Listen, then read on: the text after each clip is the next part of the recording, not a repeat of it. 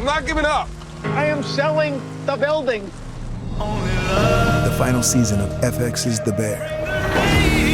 The restaurant is flooded. Everything's either gonna be okay. No, stop! Or not. We are outgunned and we are outmanned, but we have each other. FX's The Bear, the final season. All episodes now streaming on Disney+. And we're live from the living room as Doug eyes up the matchday spread. He's reaching for the buffalo wing. Perfect! Hang on, what's this? Oh, he's gone for a can of Pepsi too! Incredible! What a finish! Sensational combination! Look at the delight on his face. There's no doubt about it. It just tastes better. Match days deserve Pepsi. Food deserves Pepsi. Grab a pack of Pepsi Zero Sugar for today's match.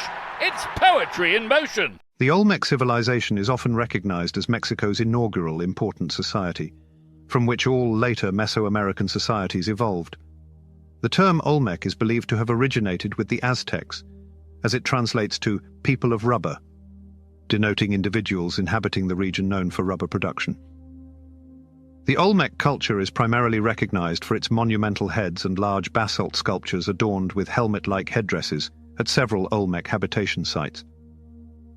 Olmec populations flourished in North America's prehistoric Indian formative period from 1700 to 400 BC, in the tropical lowlands of Mexico's Gulf Coast, specifically in present-day Veracruz and Tabasco. They persisted in their direct contributions to Mesoamerican culture long into the 3rd millennium AD. Mesoamerican academics categorized the formative period into the pre-classic Olmec period, classic Maya period, and post-classic Toltec and Aztec periods. Agricultural expertise allowed the Olmecs to sustain their strength and prominence for millennia. Alongside cultivating substantial amounts of corn, maize, squash, and various other plant foods, they constructed opulent monuments and ceremonial places to enhance their cultural identity. They established a foundation for other civilizations like the Maya, Zapotec, Teotihuacan, Toltec, Mixtec, and Aztecs, to replicate through their pyramids, open plazas, ball games, and potentially human sacrifice sites. Some researchers assert that they also contributed to the cultural advancement of Native American populations in the United States, Central America, and South America. The theological and cultural frameworks created by the Olmecs endured for over 3,000 years, and in the absence of the Spanish conquistadors, they would have persisted even longer. The Toltec civilization.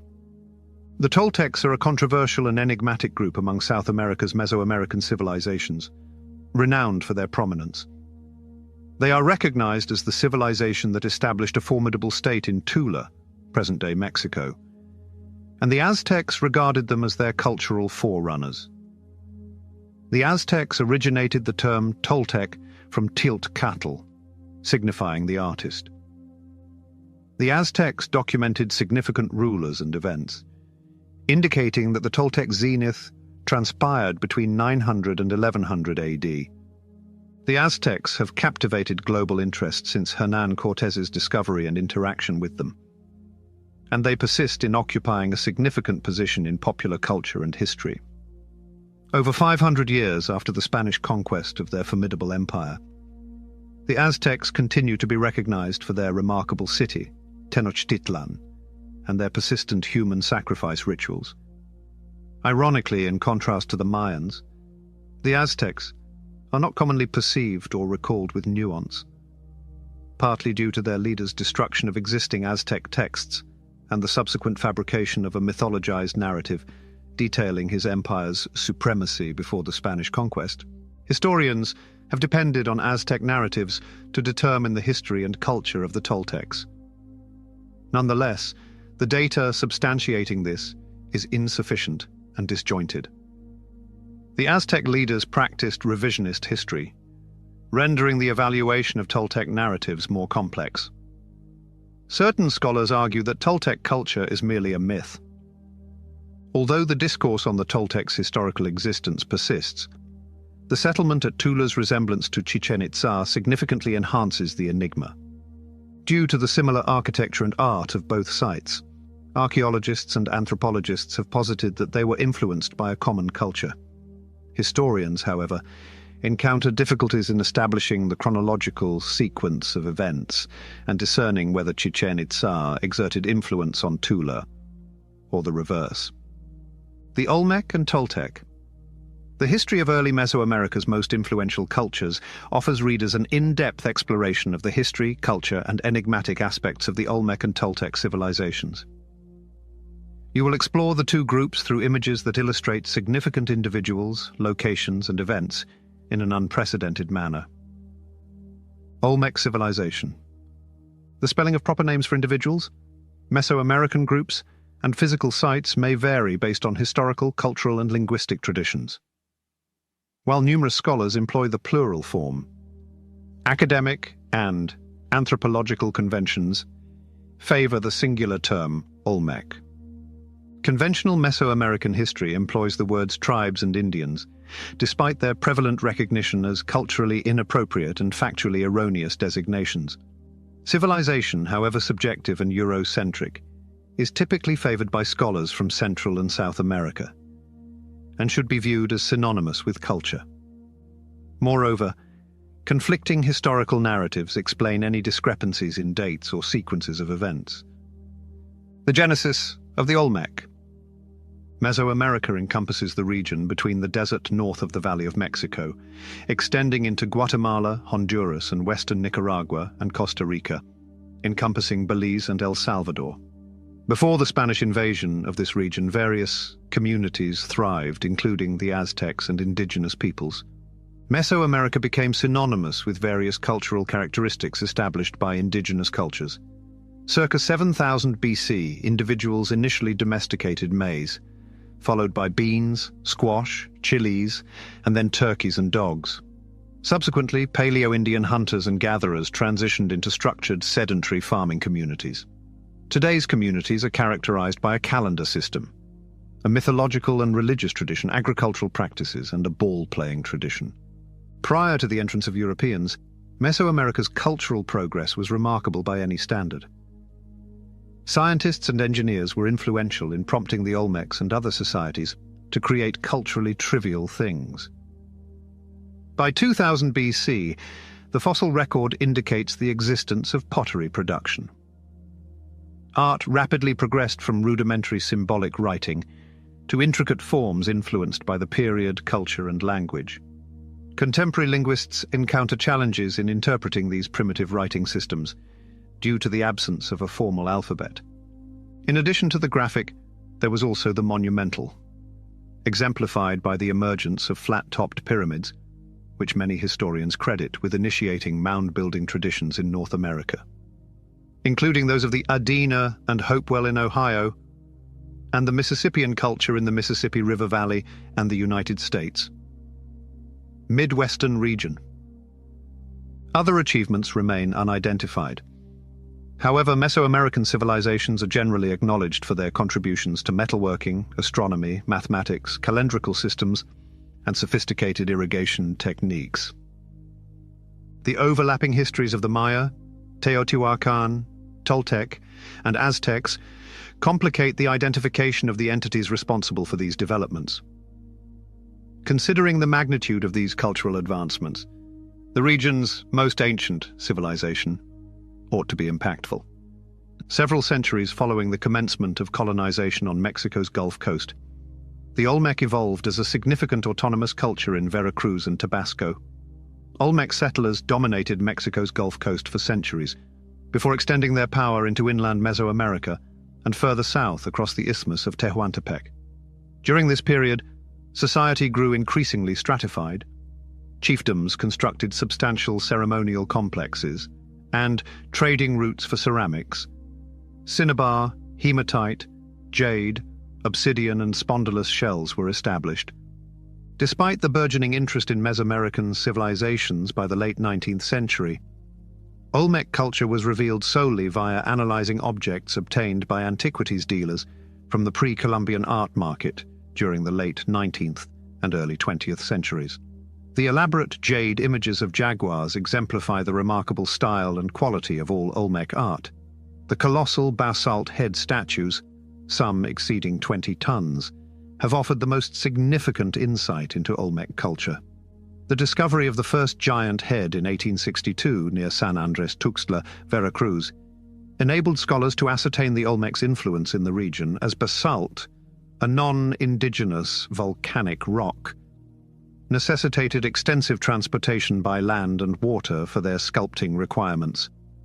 Archaeologists uncovered Olmec artifacts significantly distant from the Gulf Coast during excavations in the Olmec heartland, which spans from the Tuxtla Mountains to the prominent site of La Venta, almost 50 miles inland. Due to their remoteness, the ancient inhabitants were first suspected not to be Olmec, with the prevailing belief being that the remains belonged to Mesoamerican communities that had obtained Olmec artifacts through trade. Through extensive commerce, Olmec traders effectively obtained basalt, jade, magnetite, and serpentine minerals, providing the first substantial insight into Olmec culture. The notion of the Olmec religious trade remains ambiguous even today.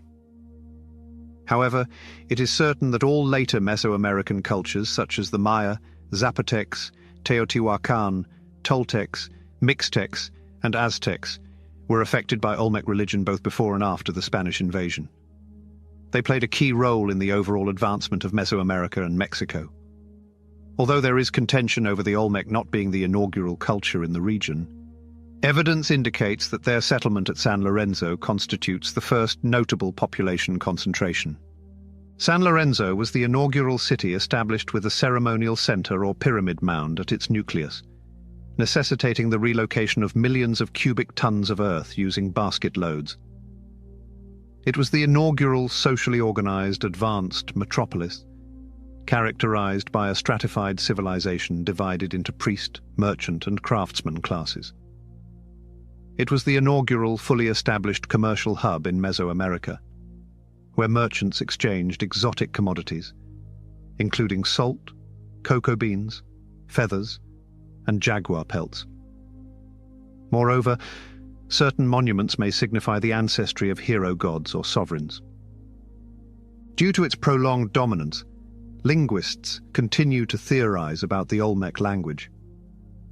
Lyle R. Campbell from the University of Hawaii and Terence Kaufman, an anthropology professor at the University of Pittsburgh, are regarded as the foremost authorities. The area surrounding the Isthmus of Tehuantepec, Mexico, hosts the Mixozoquian language family, also related to the Mayan language family. A 1976 research suggested that numerous fundamental loanwords, widely adopted across languages and resistant to linguistic change, have disseminated from a Mixozoquian language into various other Mesoamerican languages. Campbell and Kaufman indicate that these loanwords imply that Olmec spoke a language ancestral to Mixozoquian, as Mixozoc language scholar Esren Wichmann argued. Wichmann posits that the loanwords probably originated from the Zoquian language and were native to southern Mexico. Wichmann asserts that the transmission of loanwords transpired after the divergence of the two language families, placing the borrowings beyond the Olmec period. Recent evidence indicates that the projected division between the Mixian and Zoquian languages should be deferred in the Olmec period. The Olmec of San Lorenzo Tenochtitlan communicated in Proto-Mix, but the Olmec of La Venta utilized Proto-Zoque, as later noted by Wichmann. Proto-Mix. Most academics assume that the Olmecs communicated in one or more Mixozoquian dialects, with variations in pronunciation across different locales. Mixozoquian languages have traditionally been linked to the region, which scholars regard as the Olmec heartland. Olmec power centers. Ascendancy and decline. The early formative period, approximately 1500 to 900 BC, witnessed the transition from a sedentary agrarian and artisan civilization to urban centers and a stratified social structure. A recent study established that the Olmec culture was centered around the Papaloapan, Coatzacoalco, and Tonala rivers in present-day central Mexico. Mesoamericanist scholars assert that the shaman kings constituted the upper class of the Olmec civilization. Upon attaining political supremacy, they deciphered celestial signals to elucidate the origins of creation and the human life cycle. Regional leaders, tasked with upholding the king's rule via state labor forces, orchestrated intricate ceremonial venues to accentuate the king's dominance. In San Lorenzo, the authority of the Olmec monarchy intensified significantly. The Olmec established enduring city temple complexes at San Lorenzo, located in the tropical lowlands of south-central Mexico, adjacent to the Gulf of Mexico's Bay of Campeche, which could be regarded as their own city-states. The village complexes in Campeche comprise three interconnected archaeological sites: San Lorenzo Tenochtitlan, and Potrero Nuevo. San Lorenzo Tenochtitlan, distinct from the Aztec capital of Tenochtitlan in Mexico City, refers to the entire complex. In the Olmec period, about 1200 to 900 BC, San Lorenzo was among the biggest cities in Mesoamerica. One of its most prominent characteristics now is the huge basalt stone heads. 10 specimens have been discovered, the greatest being approximately 10 feet in height and exceeding 20 tons in weight. Upon observing the colossal heads, early archaeologists promptly linked them to the Moai of Easter Island. The monolithic human figures sculpted from stone between 1250 and 1500 AD by the native Rapa Nui populace. San Lorenzo developed around a ceremonial center, potentially the earliest flat-top pyramid in Mesoamerica. It is estimated to have sustained a medium to large agricultural populace, with housing indicating a capacity for approximately 6,000 inhabitants within the community, and over 13,000 when accounting for adjacent communities. The region lacked fortifications, and San Lorenzo proper encompassed 135 acres of largely filled and leveled soil. One estimate suggests that the basket load transported between 500,000 and 2 million cubic meters of soil. Although the Olmec established 4 primary cultural centers, historians consider San Lorenzo the origin of Mesoamerican civilization, rendering it exceptionally significant. Certain estimations suggest it could be the inaugural, totally delineated city in the Western Hemisphere. During its zenith from 1200 to 900 BC, San Lorenzo potentially supported a population of 11,000 to 18,000, and may have been forsaken in favor of the emerging settlement at La Venta.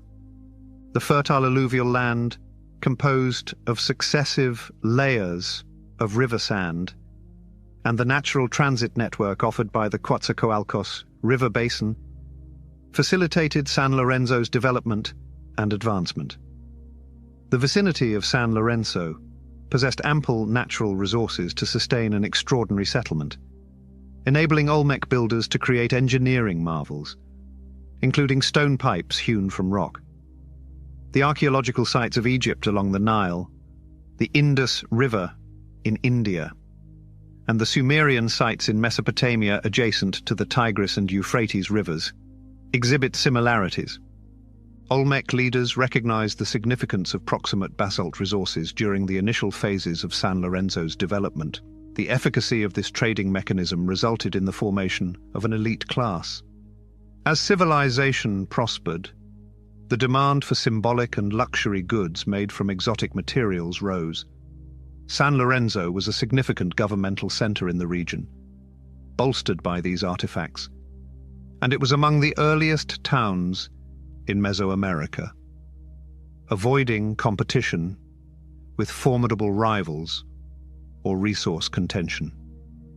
San Lorenzo, which commenced as a flourishing city around 900 BC, had a downturn that resulted in its abandonment in favor of La Venta a few generations later, despite remaining occupied for decades thereafter. Although there is a correlation between climatic and environmental changes and the decline of San Lorenzo, it is plausible that additional causes contributed to the phenomenon, elucidating why certain sculptures were completed while others were left unfinished. Researchers argue that diseases or natural events diminished San Lorenzo's population, rendering quarrying and transportation unfeasible. Notwithstanding the ostensibly spectacular occurrences associated with San Lorenzo's downfall, most scholars believe the shift to La Venta has been seamless. San Lorenzo served as a significant power hub for about 3 centuries in the Coatzacoalcos basin. Hence, it is unsurprising that some of the period's finest architectural and technological achievements were created there. Archaeologists propose that San Lorenzo, a sophisticated settlement, could provide potable and ceremonial water using a complex drainage system, utilizing channeled stones akin to an underground pipeline. Anthropologist Anne Cyphers of the University of Illinois has shown a strong correlation between the city's governance and a supernatural patron entity. By 900 BC, archaeological evidence indicates that San Lorenzo began to diminish in importance relative to La Venta. San Lorenzo was deserted by 800 BC, although considerable attempts at recolonization from 600 to 400 BC, from 800 to 1000 AD. After the demise of the initial significant Olmec colony, La Venta, situated in contemporary Tabasco, Mexico, gained influence, ultimately achieving prominence around 1000 BCA. Multitude of reasons has influenced this change in geographic emphasis. Circa 950 BC, numerous monuments of San Lorenzo were obliterated. Many experts claim that San Lorenzo's absence of walls indicates a peaceful existence, unthreatened by warfare. A seamless and systematic transfer transpired from one center to another, disproving the idea of conflict. Mesoamerican experts assert that some significant rivers may have altered their paths due to environmental changes. La Venta exhibited remarkable visual representations of power and wealth that were lacking in San Lorenzo, indicating its superior status compared to San Lorenzo. La Venta likely expanded his dominance between the Mezcalapa and Coatzacoalcos rivers, while residing on an island in a coastal swamp that overlooked the then active Rio Palma. The largest alluvial plain on the island in Mexico encompasses almost 2 square miles of arid terrain formed by the gradual sediment deposition. Non-royal elites and commoners of La Venta seemingly inhabited adjacent locations, including San Andres, approximately 3 miles northeast of La Venta in the Grijalva River Delta region of the Tabasco coastal plain. La Venta was not a residential zone, but a holy site known as Complex A, comprising a mound and plaza group north of the Great Pyramid, believed to have been exclusive to the Olmec aristocracy. Its northern orientation aligns with the North Star, suggesting that the Olmecs performed certain astronomical observations. Complex C in La Venta comprises the Great Pyramid and an expansive plaza. Adjacent to the Great Pyramid is Complex B, an expansive plaza spanning 440 yards by 110 yards.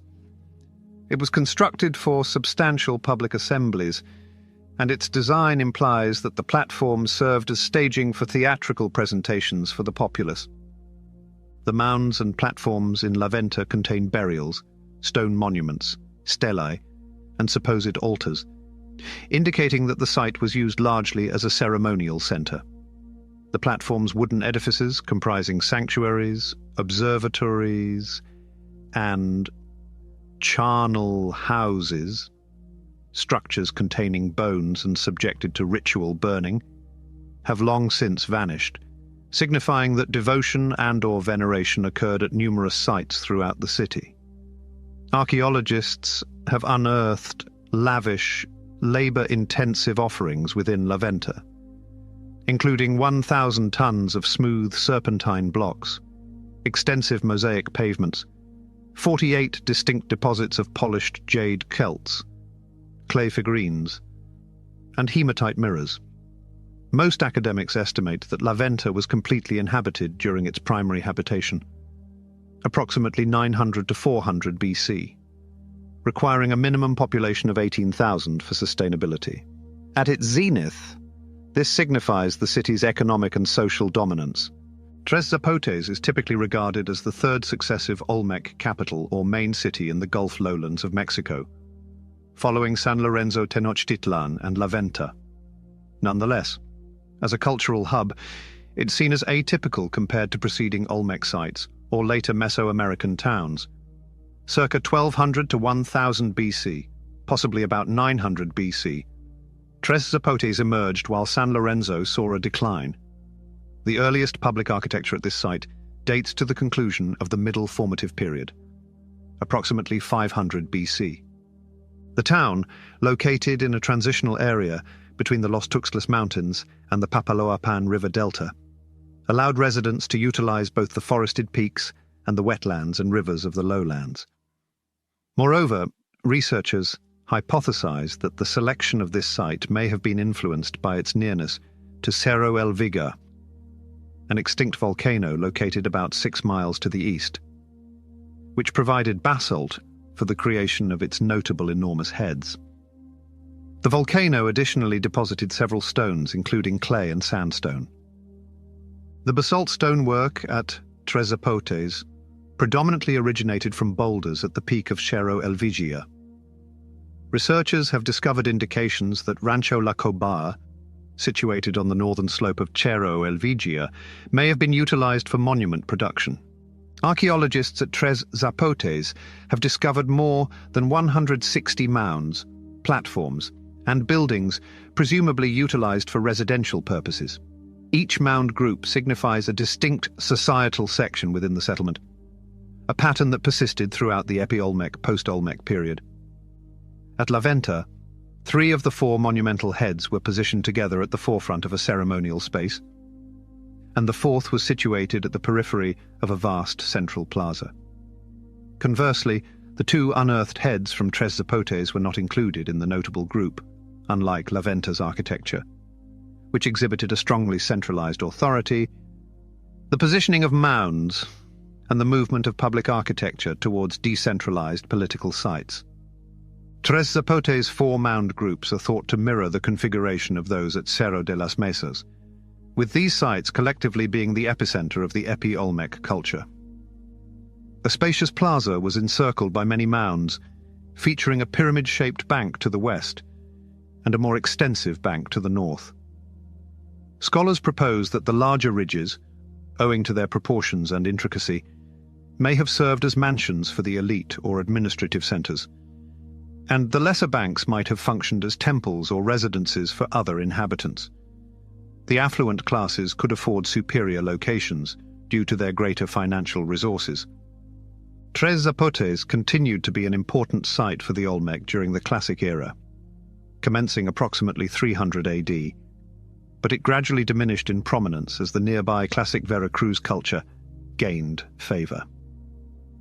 Between 600 and 1200 AD, the Olmecs experienced a gradual decline in strength while the Classic Veracruz solidified its dominance. After the Middle Formative Period, Tres Zapotes did not vanish as swiftly as La Venta, nor was it promptly impacted by the decline of the Olmecs' fortunes. As late as 900 AD, Tres Zapotes was believed to be still inhabited. We discovered Laguna de los Cerros, the 4th Olmec habitation site adjacent to Corral Nuevo in the southern foothills of the Tuxtla Mountains. Despite its association with the Olmec, La Laguna de los Cerros has been inhabited for an unusually extended period, potentially up to 2,000 years. The settlement was founded in 1400 BC. Laguna de los Cerros, translating to Lake of the Hills, covered approximately 370 acres by 1200 BC, and featured around 100 mounds. It has served as a significant trading hub between the Mexico highlands and Tuxtepec trade routes, situated in a pass between the river valleys to the south and northwest, and was a source of basalt from the volcanic Tuxtla Mountains to the north. Laguna de los Cerros is acknowledged as a significant Olmec settlement, yet it remains the least examined of the 4 principal Olmec centers. It was briefly investigated by Alfonso Medellin Zanil in 1960 and by Dr. Anne Cyphers in the late 1990s and early 2000s. Conical mounds mark the termini of the plazas situated at the extremities of elongated parallel mounds. The design and ridges resemble those located at other Olmec sites. Nonetheless, most banks originate from the post-Olmec classical period, between 250 and 900 AD. Laguna de los Cerros was recognized for its satellite, Llano del J. Caro, which seemingly functioned as a workshop for the monumental building located near the basalt flows that supplied masonry for Laguna de los Cerros and San Lorenzo Tenochtitlan, situated 37,000 kilometers to the southeast. Many historians assert that Tenochtitlan also functioned as a satellite of San Lorenzo Tenochtitlan, directly or through its sovereignty over Laguna de los Cerros, potentially via chiefdom administration. Post-1000 AC, Llano del Jícaro se convirtió en desierto, y Laguna de los Cerros disminuyó. The reasons for San Lorenzo's decline during this period remain ambiguous.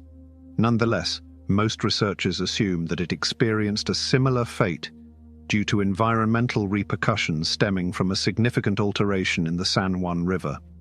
An archaeological depiction of the Olmecs. The Olmec culture was previously unrecognized by historians and thought to be figures from Aztec or Maya mythology until the major discoveries of the mid-19th century. A huge head was uncovered by a farmer removing trees from his estate in Hueyapan, Veracruz in 1869. As Mexican explorer José Melgar y Serrano reported, the colossal skull was unearthed in the late 1850s and remained partially buried until the discovery by Melgar y Serrano. In 1862, during their visit to Tres Zapotes Monument A, Melgar y Serrano dislodged the partially embedded colossal head, referred to as Tres Zapotes Monument A. This revelation incited American, European, and Mesoamerican historians to pursue further knowledge about this enigmatic civilization and differentiate it from the more recognized Maya and Aztecs, a pursuit that continues today.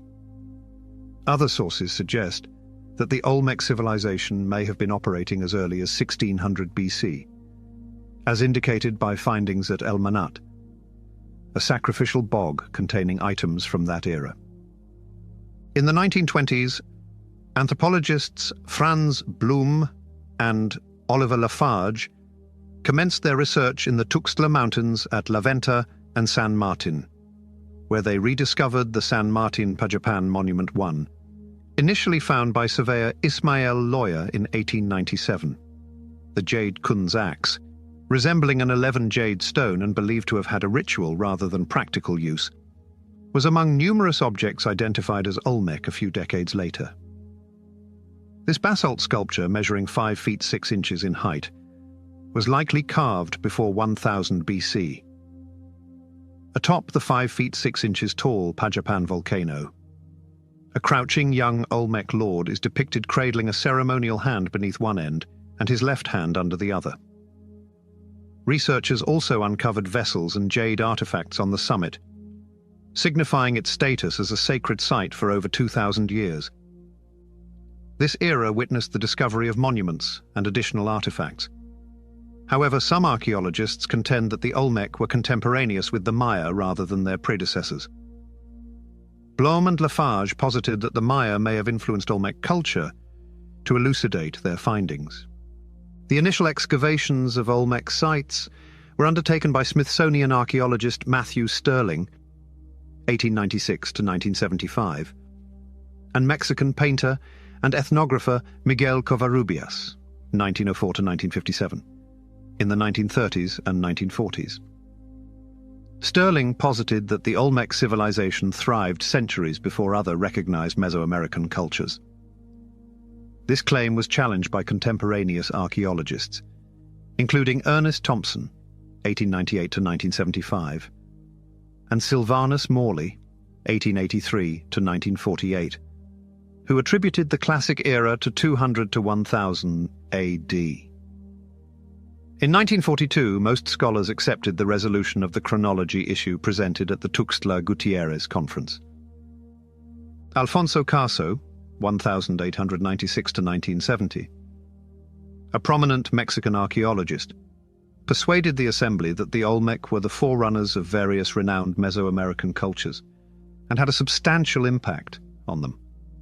While later developments in carbon dating techniques have validated Casso's assertion, some scholars doubt that the Olmec constituted the proto-Mesoamerican cultural group. Nonetheless, contemporary comprehension of the Olmec civilization is chiefly shaped by the field research executed by Mayan expert Michael D. Coe at two principal Olmec sites, San Lorenzo Tenochtitlan and La Venta. The majority attribute the identification of the Olmec civilization and its cultural contextualization to Matthew Stirling. His profound understanding of Mesoamerican and Mayan cultures offered essential context for the preceding scholarly endeavors. San Lorenzo Tenochtitlan. Archaeologist Matthew Stirling executed the initial substantial excavations of the Olmec heartland at San Lorenzo Tenochtitlan in 1946 and 1970, following a preliminary survey in 1938. He designated the site as San Lorenzo Tenochtitlan 1955 and supervised 4 archaeological operations there. Stirling's excavations at San Lorenzo enabled Michael Coe to ascertain its occupation circa 1500 BC. Evidence indicates that public works and architecture emerged within the initial century of settlement activities, manifested as artificial mounds and elevated platforms. A discernible trend in ancient Mexican platforms can be identified by synthesizing the broader socio-cultural context. In conclusion, the earthworks at San Lorenzo were not a widespread trend in Mesoamerica, but rather the result of small villages amalgamating to form larger labor forces to construct communal structures. Over the subsequent centuries, Coe posited that the defining characteristic of Olmec culture was the evolution of the Olmec art style. This style, evident in artifacts and the archaeological record, was found to complement public architecture by 1150 BC, featuring jaguar iconography that depicted a hybrid creature, potentially symbolizing a deity. Coe suggested that the motivation for establishing San Lorenzo could have stemmed from the opportunity to harness the abundant agricultural potential of tropical regions and fertile areas, adjacent to major rivers, swiftly and with minimal labor input. Extensive construction endeavors may have epitomized these fertile territories' influence on specific familial lineages or individuals. The monumental basalt stone heads, discovered at San Lorenzo and other Olmec locations, were also thought to symbolize or pay homage to the early leaders. La Venta. In 1940, Matthew Stirling and Philip Drucker commenced an extensive excavation of the Olmec site at La Venta, financed by the National Geographic Society and the Smithsonian Institution. Collaborating with archaeologist Waldo Rudolph Wedel, Stirling and Drucker produced multiple articles, and Drucker wrote Stirling's 2-volume publication in 1952. In 1955, Drucker conducted his excavation, supported by the National Geographic Society. The excavation of La Venta disclosed that the mounds, platforms, complexes, and colossal items were organized into 4 separate zones. A, B, C, and E are thereafter classified as complexes A, B, C, and E. Accordiarias.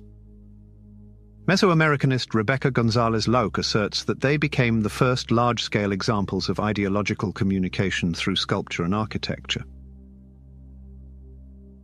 Situated immediately north of the Great Pyramid, Complex A is thought to have been built in 4 distinct phases over 4 centuries, from 1000 BC to around 2000 BC.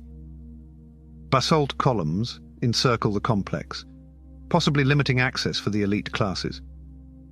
Furthermore, 3 rectangular pavements, each measuring approximately 15 by 20 feet and composed of up to 485 serpentine blocks, were uncovered at Complex A.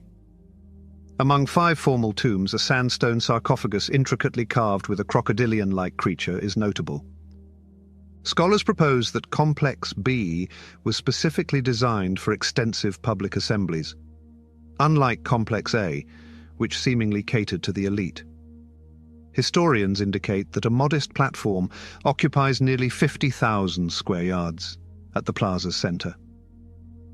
Some historians assert that the plaza's media functioned as stages for rituals around the monuments.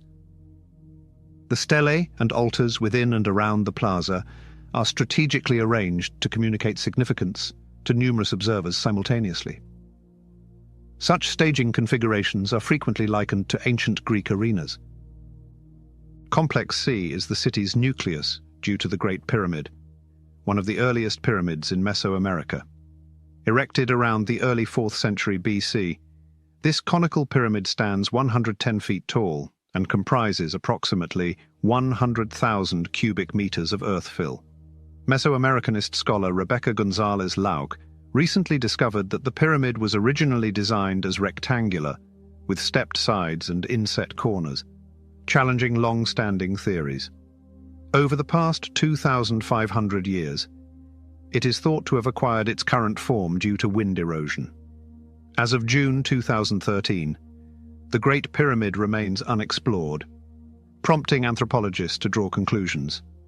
Although Complex E lacks physical structures, many theorize it was once a residential area.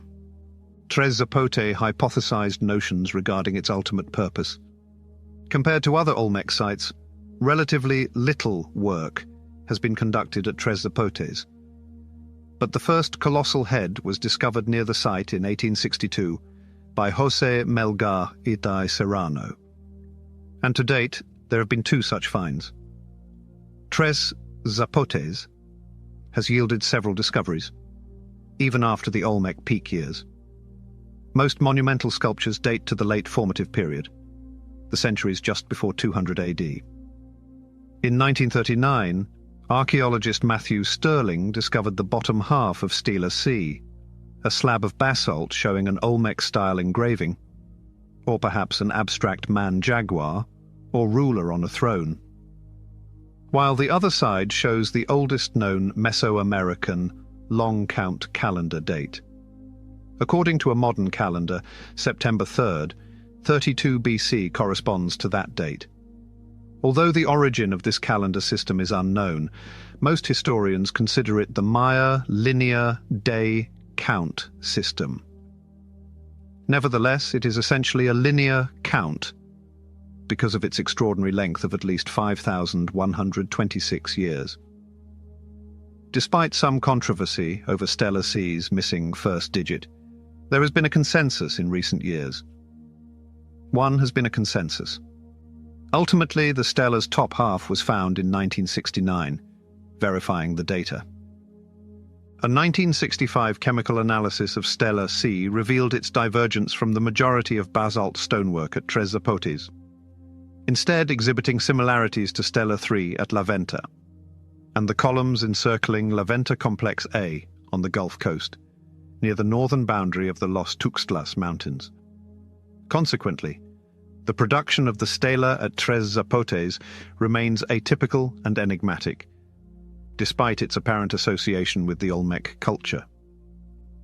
The 4 mounds at Tres Zapotes, which gained prominence following the decline of Olmec civilization, bear superficial resemblances to those at Cerro de las Mesas, situated on the western periphery of the Olmec heartland. Laguna de los Cerros. Excavations at Laguna de los Cerros have been limited. Conducted solely by Alfonso Medellin Zenil in 1960 and Dr. Anne Cyphers in the late 1990s and early 2000s. However, surveys and fieldwork have yielded significant insights into the chronology of this once prosperous Olmec site. Laguna de los Cerros was likely established between 1200 and 1300 BC and evolved into a regional center, primarily tasked with overseeing substantial construction projects at the adjacent satellite site, Llano del J. Caro, and managing the nearby basalt deposits. In contrast to the other 3 principal Olmec centers, Laguna de los Cerros has not produced any colossal heads. Approximately 20 additional monuments from the formative period have been discovered, alongside ceramic artifacts, basalt, stone, and other materials that have aided in delineating the chronological sequence of events. Monumental sculptures. The Olmec culture is primarily recognized for its monumental basalt-helmeted heads scattered throughout its heartland. The origins and significance of these remarkable structures remain undocumented in pre-Columbian texts, leading to extensive scholarly conjecture.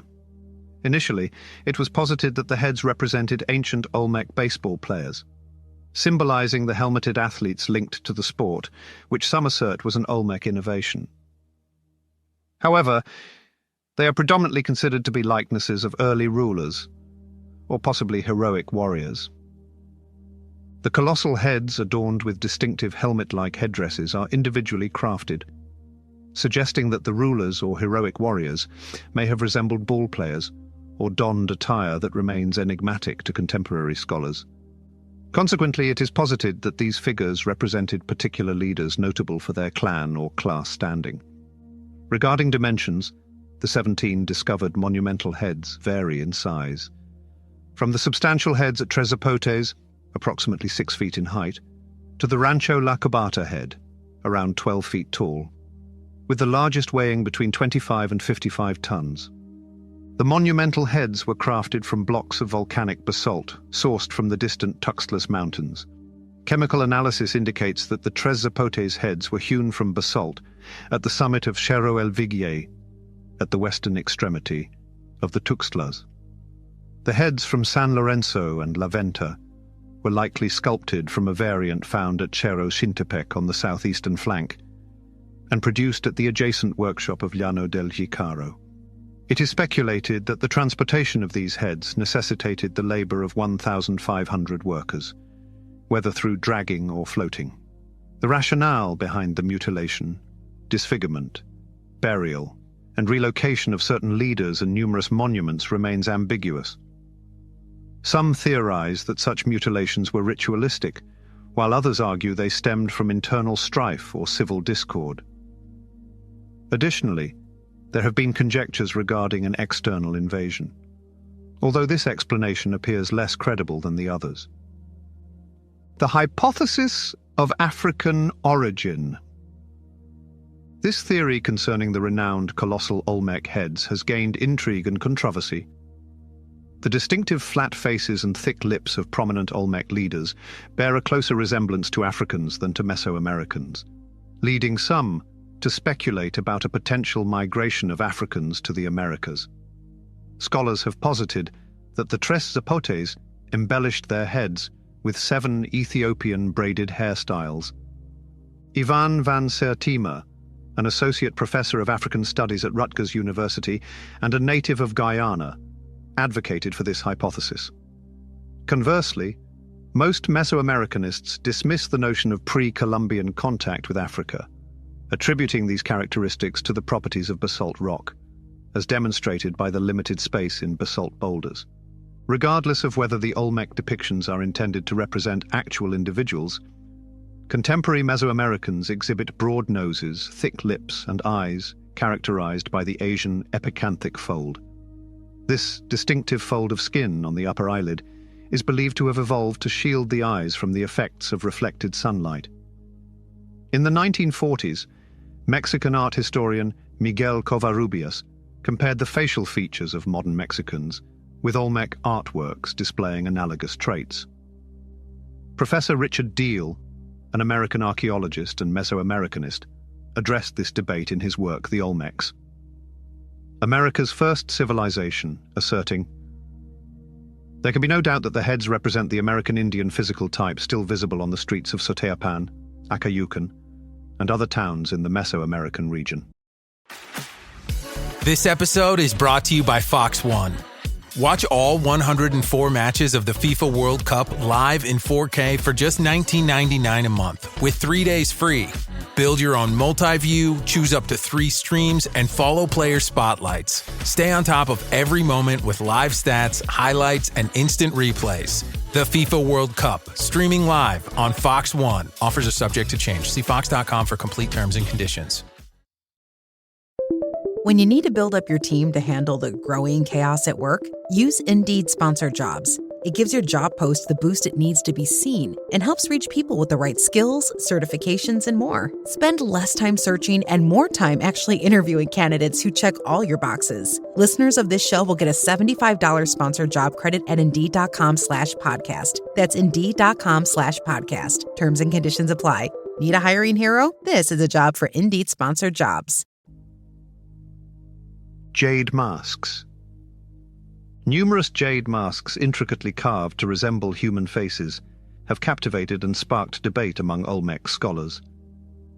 The contention arises from the absence of these masks in archaeologically controlled Olmec sites, as they have only been discovered in contexts associated with other cultures, including one that appears to have been intentionally placed in the ceremonial district of Aztec Tenochtitlan. This mask was introduced approximately 2,000 years ago, and is estimated to date back to around 500 BC, indicating that such artifacts were either highly esteemed or potentially feared. Not all Mesoamericanist scholars concur that these practices are of Olmec origin, as analogous displays can be observed at Hopewellian mound builder sites in the United States. Olmec religious rituals. There is minimal certainty regarding Olmec spiritual beliefs. Nevertheless, it is widely accepted that rulers, priests, and possibly shamans conducted Olmec religious practices. Given the stratified nature of Olmec society, scholars contend that rulers were perceived as the paramount religious figures and derived their legitimacy from their association with Olmec deities. Introduction to the Olmec. All subsequent Mesoamerican cultures are derived from the Olmec, widely acknowledged as the first prominent civilization in Mexico. It is believed that the Olmec are ancestral to the Aztecs, as Olmec translates to the rubber people in the Olmecahuatl language, denoting the land's inhabitants from whom they sourced rubber. The Olmec culture is primarily distinguished by their colossal heads, massive basalt sculptures adorned with helmet-like headdresses discovered at numerous Olmec habitation sites. Mesoamerican historians categorize the formative period into three distinct phases: the pre-classic, Olmec, classic, Maya, and post-classic, Toltec and Aztec. The Olmec civilization flourished during North America's prehistoric Indian formative period, from 1700 to 400 BC, along Mexico's Gulf Coast in the tropical lowlands of present-day Veracruz and Tabasco. Their influence significantly shaped Mesoamerican culture well into the 3rd millennium AD. The agricultural expertise of the Olmecs facilitated their dominance and authority for millennia. Monumental structures and ceremonial centers, constructed from maize, squash, and other plant-based foods, epitomized their cultural identity. Regarding artistic significance, their pyramids, open plazas, ball games, and potential centers of human sacrifice set a precedent for later civilizations, including the Maya, Zapotec, Teotihuacan, Toltec, Mixtec, and Aztec. They may have also influenced the cultural evolution of Native American groups in the United States, Central America, and South America. The Olmec theological and cultural paradigm persisted for nearly 3,000 years, and it might have endured considerably longer had the Spanish conquistadors not arrived. The Toltec civilization. The Toltecs, a controversial and enigmatic group among South America's Mesoamerican civilizations, are renowned for their historical significance. They established a formidable state centered in Tula, located in present-day Mexico. The Aztecs revered the Toltecs as their cultural forebears, with the term Toltec derived from the Aztec word Tealtcatl, meaning artisan. The Aztecs meticulously documented Toltec history, including a roster of pivotal kings and events, indicating that the zenith of the Toltec Empire occurred approximately between 900 and 1100 AD. The Aztecs have captivated global interest since Hernán Cortés's discovery and interaction, maintaining a prominent position in popular culture and historical discourse. They are primarily recognized for their formidable capital, Tenochtitlan, and their reputation as fierce conquerors of the Valley of Mexico, who persistently engaged in human sacrifice rituals over 500 years following the Spanish conquest. Ironically, the Aztecs are seldom regarded with complexity due to their rulers' decision to incinerate existing Aztec texts, thereby crafting a mythologized narrative to elucidate the Spanish conquests, more than a century before European arrival. Historians have depended on Aztec narratives to determine the history and culture of the Toltecs. Nonetheless, the evidence is incomplete and fragmented.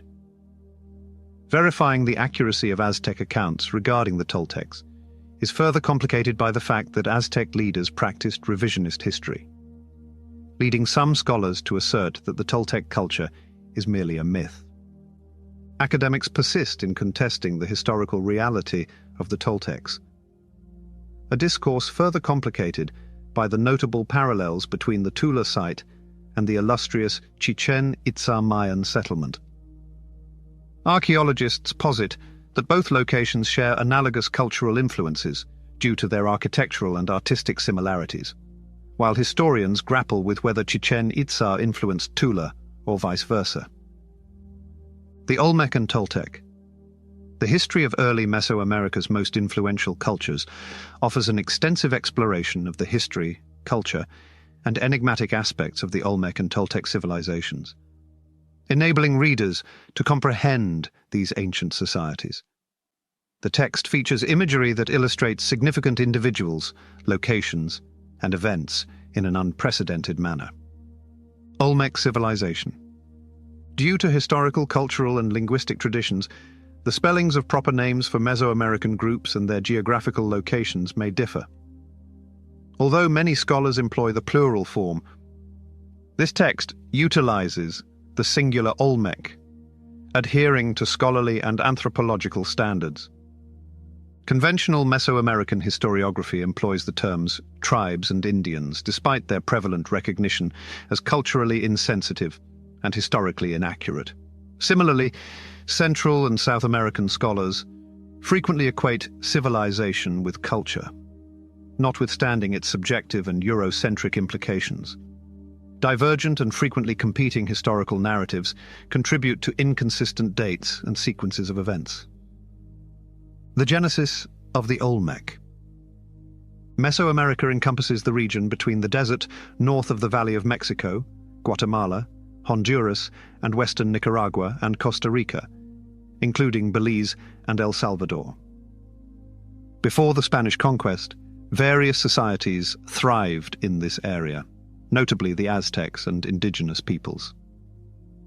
Mesoamerica is characterized by various cultural attributes cultivated by the region's indigenous peoples, beginning circa 7000 BC with the domestication of dogs and turkeys. This evolution progressed from nomadic Paleo-Indian hunter-gatherer societies to settled, structured agricultural communities. Presently, the groups are distinguished by a calendar system, a mythological tradition, unique architectural styles, and a tradition of ball play. The cultural progress of Mesoamerica was remarkable by any standard before the arrival of Europeans. By 2000 BC, the fossil record indicated the existence of pottery production. Scientific and technological advancements were influential for the Olmec and later cultures, leading to the creation of artifacts lacking spiritual significance. The structure and intricacy of texts fluctuated based on the era, with culture, language, and art evolving from rudimentary figurative representations to symbolic writing. Contemporary linguists encounter challenges in interpreting these primitive writing systems due to the absence of a natural alphabet. Numerous historians contend that the emergence of flat-topped pyramids catalyzed North America's mound builder traditions, including the Adena and Hopewell of Ohio, and the Mississippian culture in the Mississippi River Valley and the southeastern United States. Researchers remain uncertain regarding the specific culture responsible for various innovations, including metalworking, astronomy, arithmetic, calendrical systems, and sophisticated irrigation techniques, typically ascribed to Mesoamericans. Due to the historical interconnections among the Maya, Teotihuacan, Toltec, and Aztec civilizations, Attributing credit for these advancements proves exceedingly challenging. Nonetheless, in light of these cultural developments, the prominence of the region's oldest and most influential civilization is unsurprising. Several centuries after settlement on Mexico's Gulf Coast, the Olmec emerged as a significant autonomous culture in Veracruz and Tabasco. Olmec inhabitants dominated the Gulf Coast for centuries, before extending their influence into inland Mesoamerica and further south across the Isthmus of Tehuantepec. During this period, cultural advancement included the establishment of class stratifications, chiefdoms with substantial ceremonial centers, and a network of interconnected trade routes for the exchange of cacao, ceramics, cinnabar, hematite, jade, obsidian, and spondylus shells. By the late 19th century, Mesoamerican civilizations began to garner interest. Yet Olmec culture was revealed primarily through artifacts obtained by antiquity dealers from the pre-Columbian art market during the late 19th and early 20th centuries. The intricate jade representations of jaguars exemplify the striking style and execution of Olmec art. Nevertheless, the colossal basalt head statues, some exceeding 20 tons, have yielded the most significant insights into Olmec culture. The discovery of the first giant head in 1862 near San Andres Tuxtla in Veracruz enabled scholars to ascertain the Olmec's influence in the region, as basalt, a non-indigenous volcanic rock, necessitated extensive transportation by land and water for their sculptural endeavors. Excavations in the Olmec heartland, spanning from the Tuxtla Mountains to the prominent site of La Venta and approximately 50 miles inland, revealed Olmec artifacts significantly distant from the Gulf Coast. Due to this distance, the ancient inhabitants were initially presumed not to be Olmec, believing that the remains belonged to Mesoamerican groups who had obtained Olmec objects via trade. Through extensive commerce, Olmec traders effectively obtained basalt, jade, magnetite, and serpentine minerals, providing the first substantial insight into Olmec culture. Although our trade may not have been the initial organized culture in the region, evidence indicates that their site at San Lorenzo was the first substantial settlement. Olmec's religious systems remain ambiguously defined. Nonetheless, it is evident that all subsequent Mesoamerican cultures, including the Maya, Zapotecs, Teotihuacan, Toltecs, Mixtecs, and Aztecs, were influenced by Olmec religion both before and following the Spanish arrival. They played a pivotal role in the evolution of Mesoamerica and Mexico. San Lorenzo was the inaugural city established around a ceremonial center, specifically a pyramid mound, necessitating the transportation of cubic tons of earth in baskets. It was also the first city to exhibit social organization. Mesoamerican traders exchanged exotic commodities, including salt, in the inaugural fully developed commerce hub, characterized by a stratified society comprising priests, merchants, and artists. Items traded included bird plumes, jaguar pelts, cacao beans, grinding stones, hero deities, and artifacts of previous monarchs. Given the prolonged dominance of Sinstone's Mech, the precise nature of their language remains uncertain, yet linguists continue to theorize. Lyle R. Campbell from the University of Hawaii and Terence Kaufman, an anthropology professor at the University of Pittsburgh, are the most prominent figures in this discourse. A 1976 study suggested several fundamental loanwords, terms adopted across languages that resist linguistic change, originated from a Mixo-Zoquean language and permeated various Mesoamerican languages. The Mixo-Zoquean language is linked to the region surrounding the Isthmus of Tehuantepec in Mexico and the Maya civilization.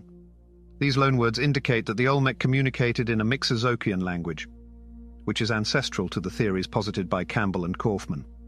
Søren Wichmann, a Danish expert in the Mixo-Zoque languages, contended that the Mixo-Zoquean loanwords originated within the Zoquean branch of this linguistic family, an indigenous group in southern Mexico.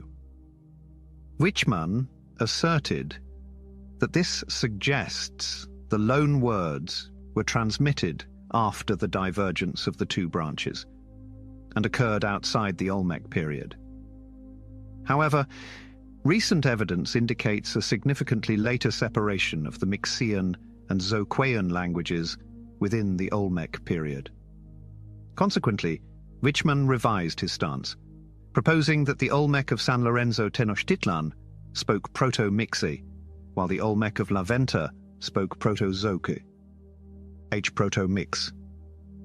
Since the Mixo-Zoquean languages have been historically linked to the Olmec heartland, the majority of academics assume that the Olmec communicated in one or more Mixo-Zoquean languages or dialects, with variations potentially differing by location.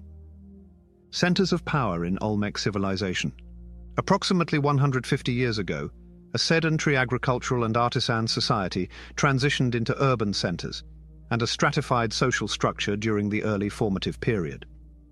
In the latter half of the 20th century, the epicenter of Olmec culture was situated along the Papaloapan, Coatzacoalco, and Tonala rivers in present-day central Mexico.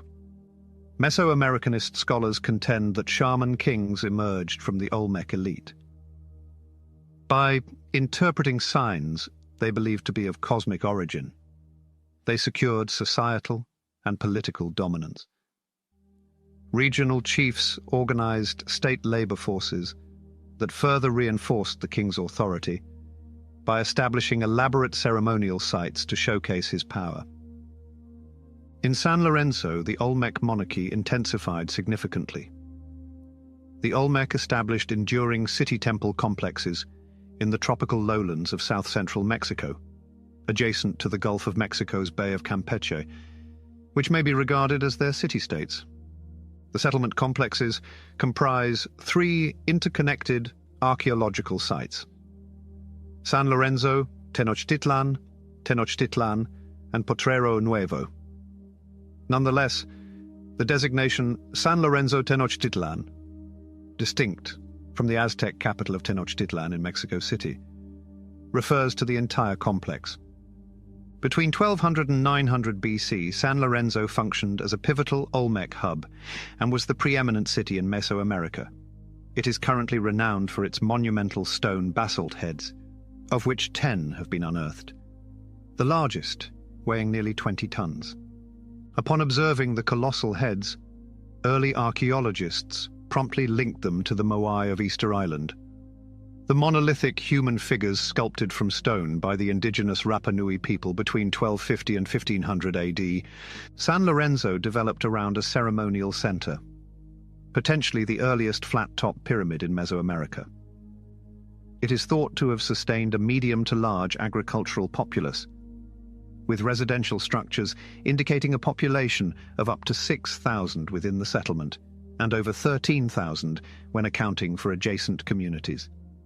The area lacked fortifications, and San Lorenzo spanned 135 acres of extensively filled and leveled land. One estimate suggests that the volume of earth moved ranged from 500,000 to 2 million cubic meters. Although the Olmec established 4 primary cultural centers, historians consider San Lorenzo the origin of Mesoamerican civilization, rendering it exceptionally significant. Some estimates suggest it may have been the first fully developed city in the Western Hemisphere. San Lorenzo is thought to have flourished between 1200 and 900 BC, supporting a population of 11,000 to 18,000, before its abandonment in favor of the new site at La Venta. The Coatzacoalco River Basin, offering a natural transportation network, facilitated the emergence of civilization and cultural development at San Lorenzo, attributed to the fertile alluvial soil formed by successive layers of river silt. This settlement paralleled those in Egypt along the Nile, the Indus River in India, and those in Mesopotamia adjacent to the Tigris and Euphrates rivers. In the San Lorenzo region, Olmec architects utilized plentiful natural resources to construct engineering marvels such as stone-carved pipes for an advanced drainage system, Olmec leaders recognized the significance of proximate basalt resources during the initial phases of San Lorenzo's development. Subsequently, they established a trade network with neighboring groups, possibly early Maya, to acquire jade, originating from the Motagua Valley in eastern Guatemala, obsidian, sourced from the Guatemalan highlands, and magnetite, obtained from various locations 120 to 250 miles away. The increasing demand for symbolic and luxury items crafted from exotic materials stemmed from the prosperity of this trading system, which facilitated the rise of an elite class within Olmec society. Artifacts of this nature characterized Olmec culture and politically elevated San Lorenzo to a regional power. This early Mesoamerican city faced no resource competition from adjacent cities.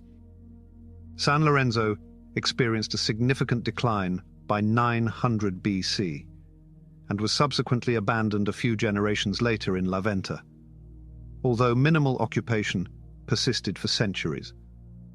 While climatic and environmental changes may have played a role in San Lorenzo's downfall, numerous historians contend that additional factors influenced the carving of some sculptures from earlier ones, while others remained only partially finished.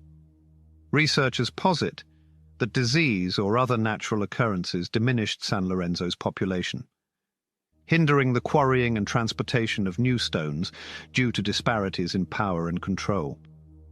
Notwithstanding the ostensibly dramatic occurrences associated with San Lorenzo's decline, most academics agree that the shift to La Venta has proceeded reasonably, as though it had been orchestrated.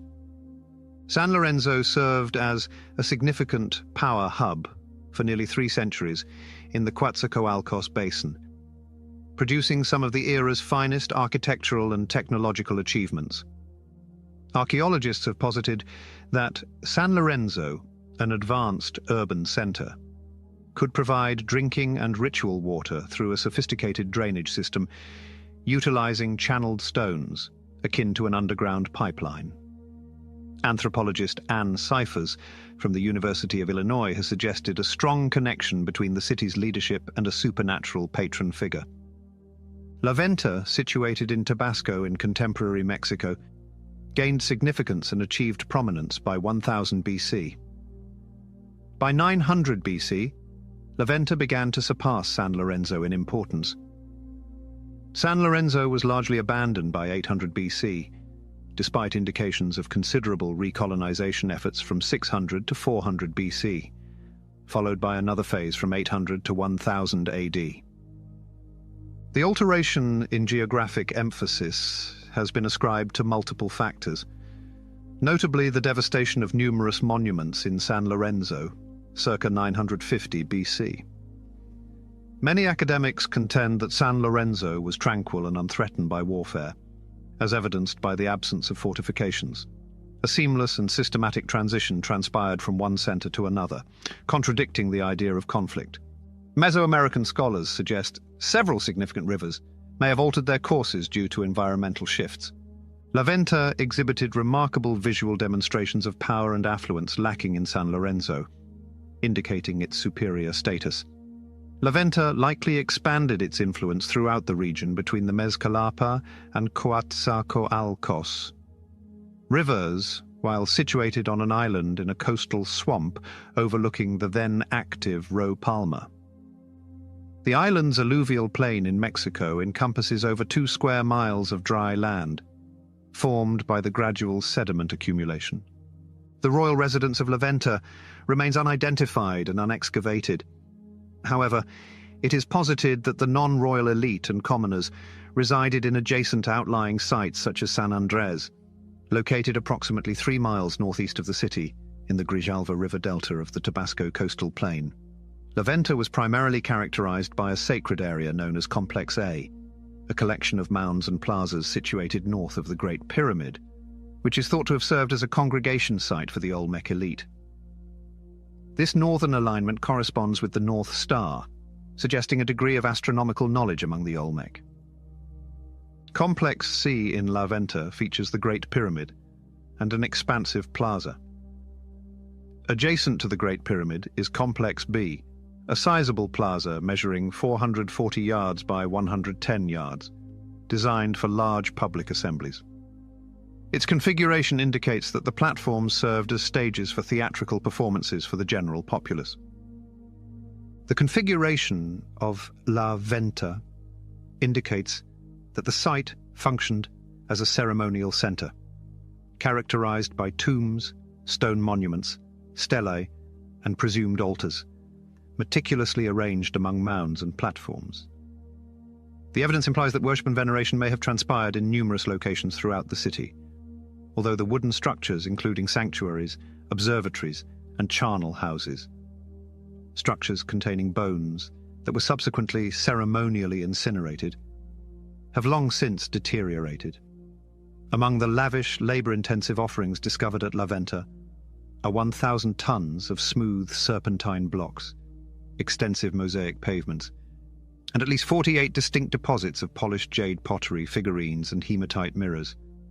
At its peak, the city wielded considerable social and economic power. During its prime occupation, La Venta required a minimum of 18,000 inhabitants to maintain itself. Tres Zapotes is typically regarded as the third successive Olmec capital or principal city in the Gulf lowlands of Mexico, following San Lorenzo Tenochtitlan and La Venta. However, it is deemed atypical as a cultural center compared to earlier Olmec sites or later Mesoamerican cities. Tres Zapotes emerged around 1200 to 1000 BC, possibly around 900 BC, coinciding with the decline of San Lorenzo. The earliest public architecture at this site dates to the conclusion of the Middle Formative, around 500 BC. Researchers have uncovered evidence indicating that Rancho La Cobar, situated on the northern slope of Cerro El Viga, may have functioned as a monument manufacturing site. The settlement's location in a transitional zone between the Los Tuxtlas Mountains and the Papaloapan River Delta allowed inhabitants to exploit both the forested highlands and the wetlands of the lowlands. Furthermore, scholars hypothesize that the selection of this site was influenced by its proximity to Cerro El Viga, an extinct volcano located 6 miles to the east, which provided basalt for crafting their notable colossal heads.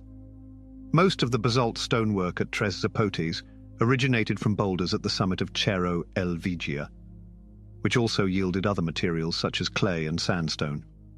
At Tres Zapotes, archaeologists have identified over 160 mounds, platforms, and structures, presumably utilized for residential purposes.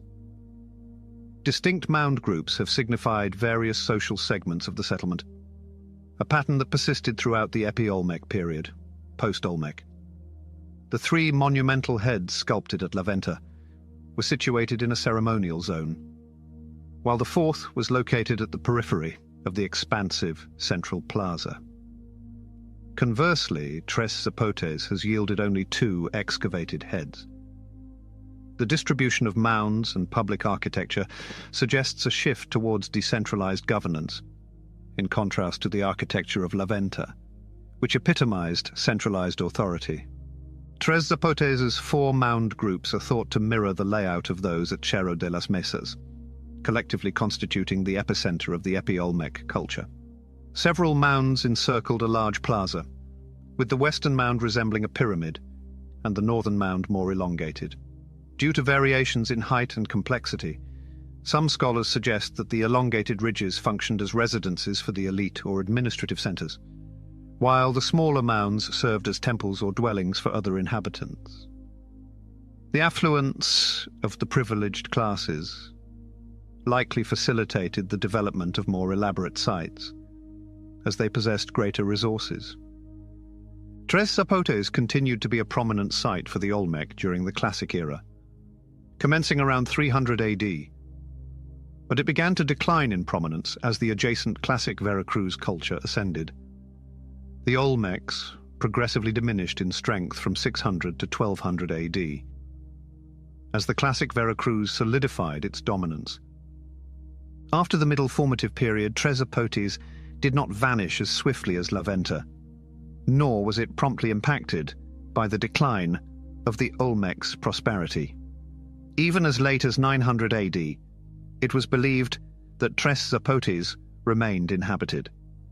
The fourth principal Olmec habitation site, Laguna de los Cerros, was situated near Corral Nuevo in the northern foothills of the Tuxtla Mountains.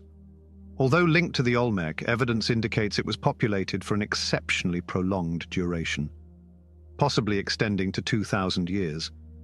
It was probably founded around 1400 BC.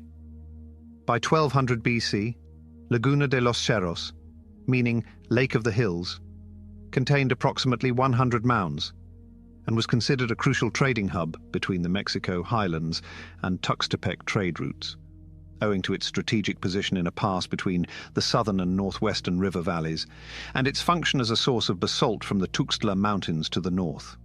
Laguna de los Cerros is acknowledged as a significant Olmec settlement, yet it remains the least examined of the four principal Olmec centers.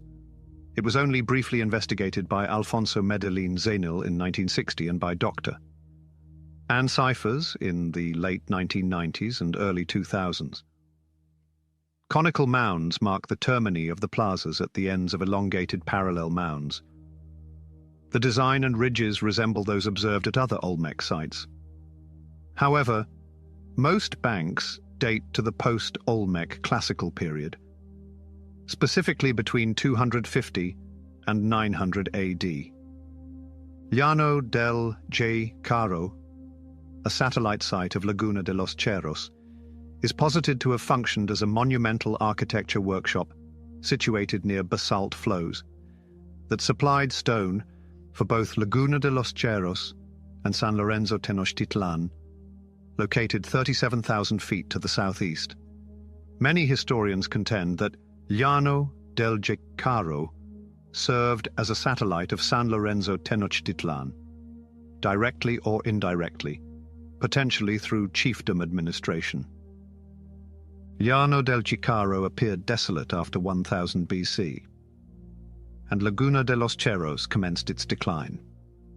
The reasons for San Lorenzo's downfall during this era remain ambiguous. Nonetheless, most researchers assume it experienced a similar fate due to environmental repercussions stemming from a significant alteration in the San Juan River. An archaeological depiction of the Olmecs. The Olmec culture was largely unrecognized by historians until significant discoveries in the mid-19th century. Initially, it was thought that the Olmecs were mythological figures of the Aztec or Mayan civilizations. In 1869, a farmer clearing trees on his hacienda in Hueyapan, Veracruz, reported the discovery of a colossal head, as Mexican explorer José Melgar y Serrano noted.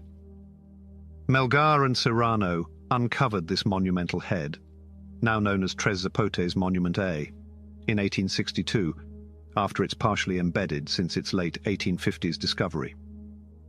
This revelation enabled American, European, and Mesoamerican historians to further investigate the Olmec culture and differentiate it from the more recognized Maya and Aztec civilizations, a pursuit that persists today.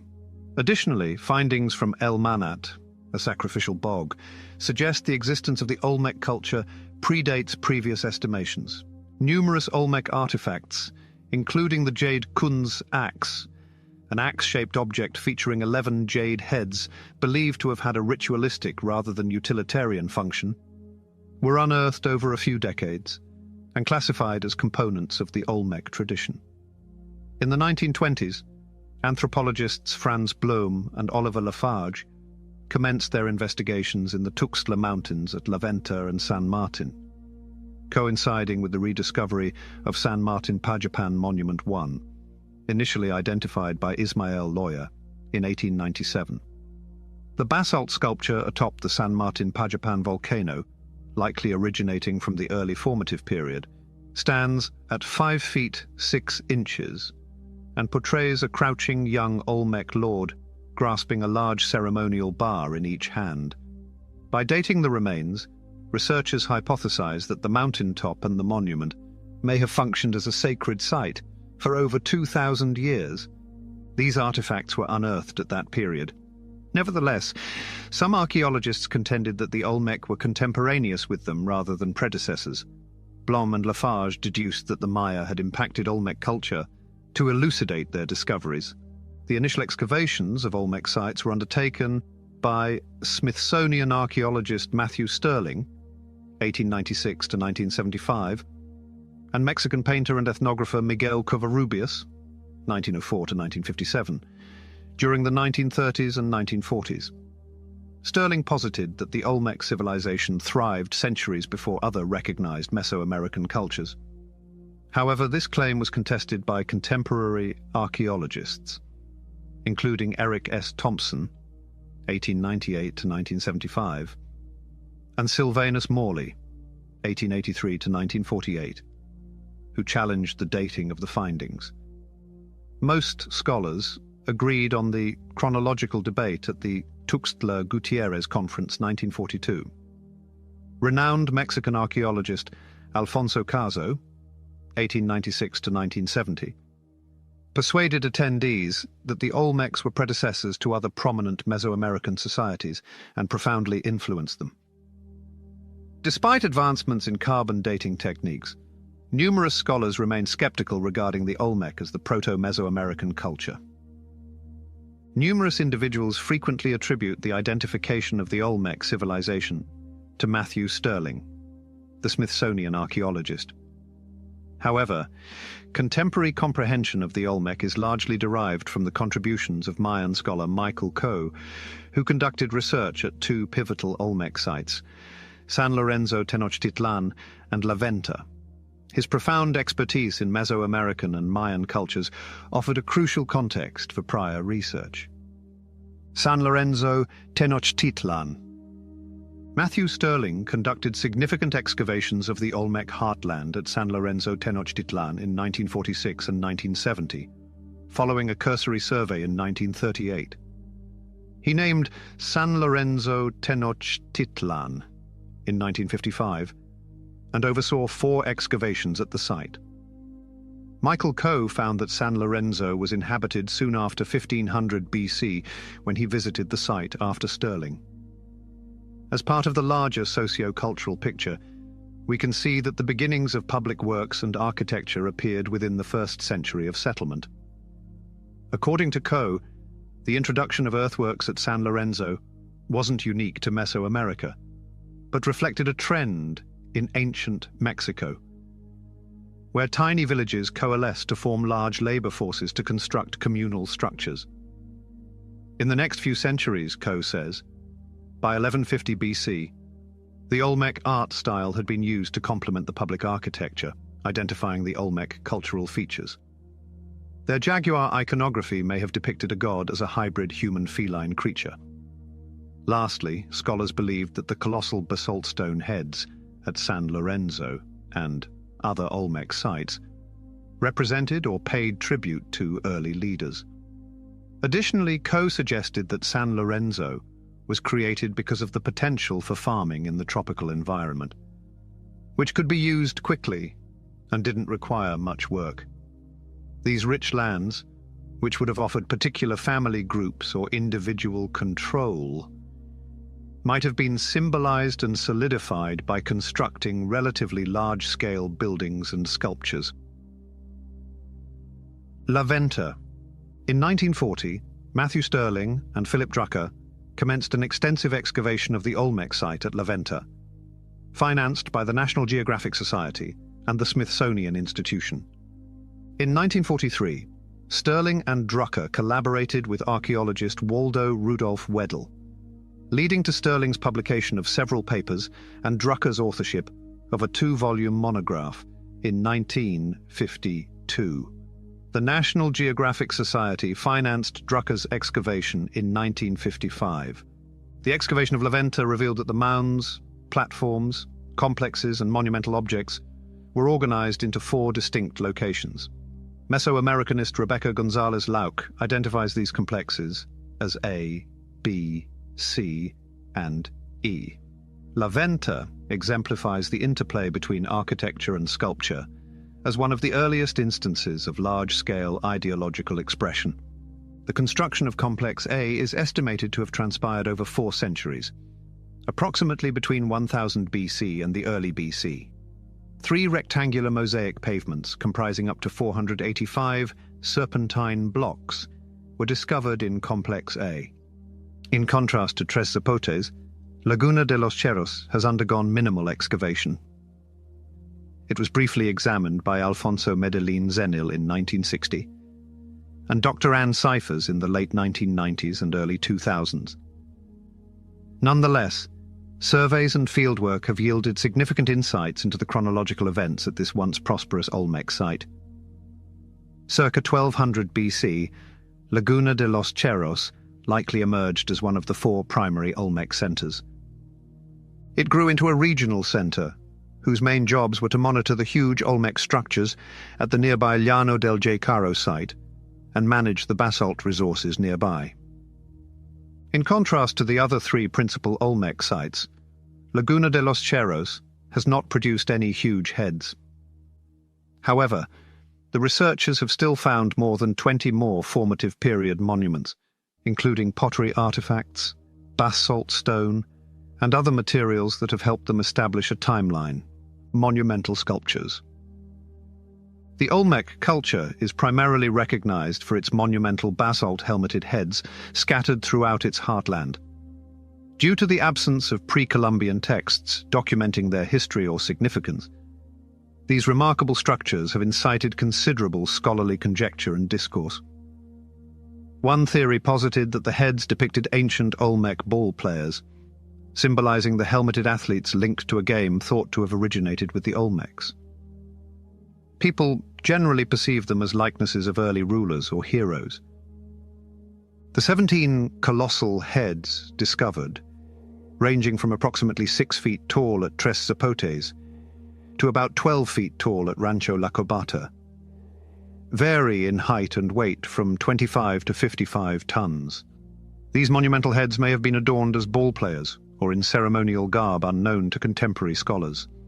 A significant characteristic is the individuality of each head, with their distinctive helmet-like headdresses. Consequently, scholars contend that they symbolize particular leaders differentiated by class or clan affiliation.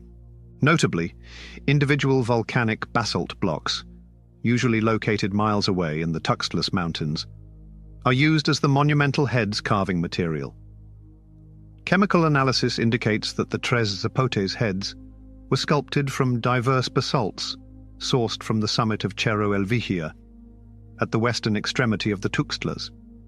Conversely, the leaders of San Lorenzo and La Venta were fashioned from a variety found at Cerro Cintepec on the southeastern flank, and potentially produced in proximity at Llano del Jicaro. Authorities had to pull and/or float the heads to their final destination, prompting speculation that up to 1,500 personnel may have been required over a period of 3 to 4 months. Currently, numerous monuments and leaders have experienced mutilation, which encompasses disfigurement, burial, and relocation. At least 2 monuments dedicated to leaders display evidence of recarving, although the rationale for this remains unclear. Some scholars propose that the mutilations may have been ritualistic. Experts indicate that internal conflict or civil unrest could be responsible. While some individuals have suggested the possibility of an external invasion, this explanation appears less plausible than the others. The hypothesis of African origin.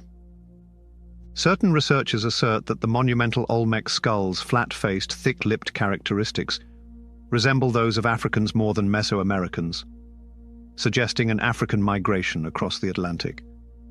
Ivan van Serima, a Guyanese-born associate professor of African Studies at Rutgers University, advocates the theory that the 7 braids on the heads of the Tres Zapotes represent Ethiopian hairstyles.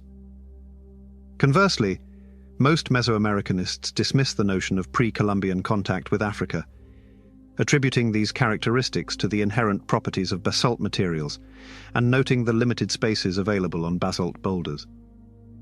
Certain researchers assert that the broad noses, thick lips, and prominent skin, fold on the upper eyelid associated with the Asian epicanthic fold, are observable in contemporary Mesoamerican individuals, regardless of whether the Olmec sculptures were intended to represent actual people.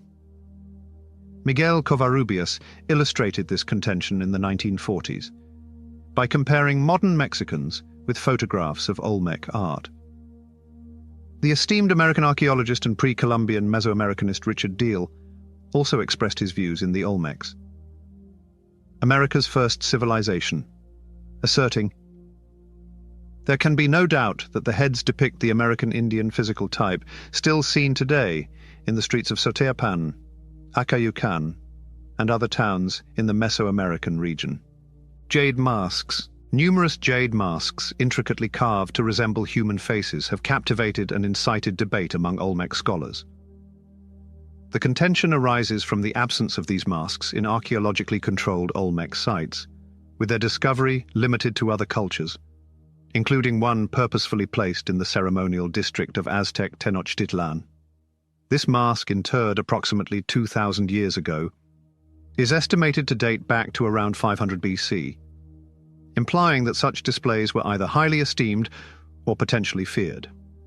Not all Mesoamericanist scholars concur that these practices are of Olmec origin, as analogous presentations are observable at Hopewellian mound builder sites in the United States. Olmec religious rituals. While limited information exists regarding Olmec spiritual beliefs, it is widely acknowledged that their religious practices were conducted by rulers, full-time priests, and possibly shamans. Scholars say that because Olmec society was very hierarchical, rulers were seen as the most important religious figures and got their power from being connected to Olmec gods. Oral tradition asserts that the Olmec belief system and those of later Mesoamerican cultures embodied a cosmic perspective, predicated on the notion that all entities and beings possess spiritual energy. Cross-cultural analyses, particularly of Native American societies, indicate that the Olmec may have employed diverse disciplines and rituals to access spiritual power, including fasting, meditation, and potentially physical mutilation. Some scholars contend that the Olmec regularly engaged in violent human sacrifices, such as decapitation, which they transmitted to other cultures, including the Maya. Substantial evidence indicates that the Olmec civilization possessed shamans, or analogous spiritual figures, particularly exemplified by transformation figures. Historians have drawn parallels between these shamans and astrologers, noting that they conducted rituals to commune with animal spirits, facilitating the transcendence of human consciousness. Similar to indigenous populations across Upper North America and South America, Olmec shamans likely utilized specific hallucinogens to achieve altered states of consciousness. The jaguar, an entity embodying the elements of land, water, and air through its jungle habitat, aquatic pursuits, and nocturnal hunting, undoubtedly occupied a position of profound respect and spiritual importance. Numerous Olmec artifacts and artworks portray jaguars. Some contend that the American eagle was perceived as the jaguar of the sky. One sculpture depicts a seemingly flying jaguar with a human rider. According to the Olmec sculptures, the shaman endeavored to embody the jaguar spirit by donning jade masks intricately carved with human and feline characteristics. Olmec mythos. Olmec mythology did not endure through oral traditions. However, analyses of monuments and artifacts, such as the Las Limas figure from Veracruz, alongside examinations of the mythologies of later Mesoamerican cultures, have illuminated its possible characteristics. A sophisticated belief system ultimately evolved into legends concerning living Olmec rulers regarded as hero gods. Consequently, scholars assert that they can trace the pantheon of deities in Maya, Teotihuacan, Toltec, and Aztec cultures back to the Olmec civilization. Comparisons have long been drawn between Quetzalcoatl and other ancient deities, such as Ra of the ancient Egyptians, Enki of the Sumerians, and Nuqua of the Chinese. However, in Olmec culture, The plumed serpent was distinctive for his capacity to metamorphose from myth to deity to human and vice versa. Intangible and enigmatic, yet also enduring, the Olmecs believed Quetzalcoatl could manifest physically at times, embodying a narrative where the extraordinary was feasible. The change was perpetual. This artifact is the initial representation of the Olmec serpent god. Quetzalcoatl, a legendary entity that emerged as a sovereign approximately 1,500 years before Christ's advent, was the cornerstone of the Olmec faith. Numerous subsequent Mesoamerican civilizations venerated him as a religious messiah. Anthropologist Claude Lévi-Strauss stated, "There is no true myth, only versions that are available." A viewpoint that aligns with the narrative of Quetzalcoatl. Quetzalcoatl is one of the few mythological figures considered biographical. Mexican historian Guillermo Batalla characterized Mesoamerican history as a spinning wheel spiraling forward in time. He attributed the repetitions within this history to Quetzalcoatl, referred to as the Phoenix of the West. The Florentine Codex, a 16th-century ethnographic account by Franciscan friar Bernardino de Sahagún, asserts that Quetzalcoatl named all entities in the universe. He was the wind, the guide, the sweeper of the rain god's path, the master of water, and the bringer of rain. Following the primeval flood, Quetzalcoatl retrieved human remains from Mictlan, the underworld, the realm of the dead, restoring humanity in the time before time. The plumed serpent was a miraculous performer, the quintessential magician, and the preeminent sorcerer possessing the secrets of all enchantments. The legend narrates how the plumed serpent infused his sacred blood into a collection of bones, ashes, and clay to create humanity, subsequently bestowing upon them the arts of weaving and mosaic making, music and dance, the science of healing, craftsmanship, the measurement of time, celestial navigation, the calendar, prayers, and sacrifices. However, according to the legend, Tezcatlipoca, the smoking mirror, and the plumed serpent's alter ego or dark counterpart, persistently undermined the plumed serpent's aspirations for humanity. To obstruct the plumed serpent's benevolent endeavors, Tezcatlipoca infiltrated his sacred monastery and brewed pulque, a beverage derived from the maguey plant, which he served to himself and his sister, subsequently persuading him to engage in sexual relations with her. Following violating his vow of celibacy and the commission of a spiritual transgression, the plumed serpent confronted expulsion from the monastery. In Tollan, the future epicenter of the Toltecs, Quetzalcoatl began what would evolve into an epic hero's journey. His pilgrimage of purification from Cholula, near contemporary Puebla de Zaragoza in central Mexico, to Chichen Itza, rapidly garnered him renown across Mexico. Upon arriving at Tlalnepantla, the land of the black and red on the Gulf Coast of Mexico, Quetzalcoatl proclaimed to his adherents that he had been summoned to assume the role of a messiah. One reed, referred to as Seacatl, constitutes a cycle of 52 years based on the calendar. In the year Seacatl, or one reed, he instructed his followers to construct snake rafts and vowed to return. The plumed serpent perished in flames while navigating the sea, and the ashes of his heart ascended to the heavens, transforming into Venus. Henceforth, he ascended in the sky each morning to herald the sun's rebirth. In contemporary European calendar terms, Teocatl corresponds to the year 1519, when Spanish vessels first appeared off the coast of Veracruz. Aztec legend asserts that Emperor Montezuma established lookouts along the Gulf of Mexico to anticipate Quetzalcoatl's return, perceiving Hernán Cortés as the plumed serpent.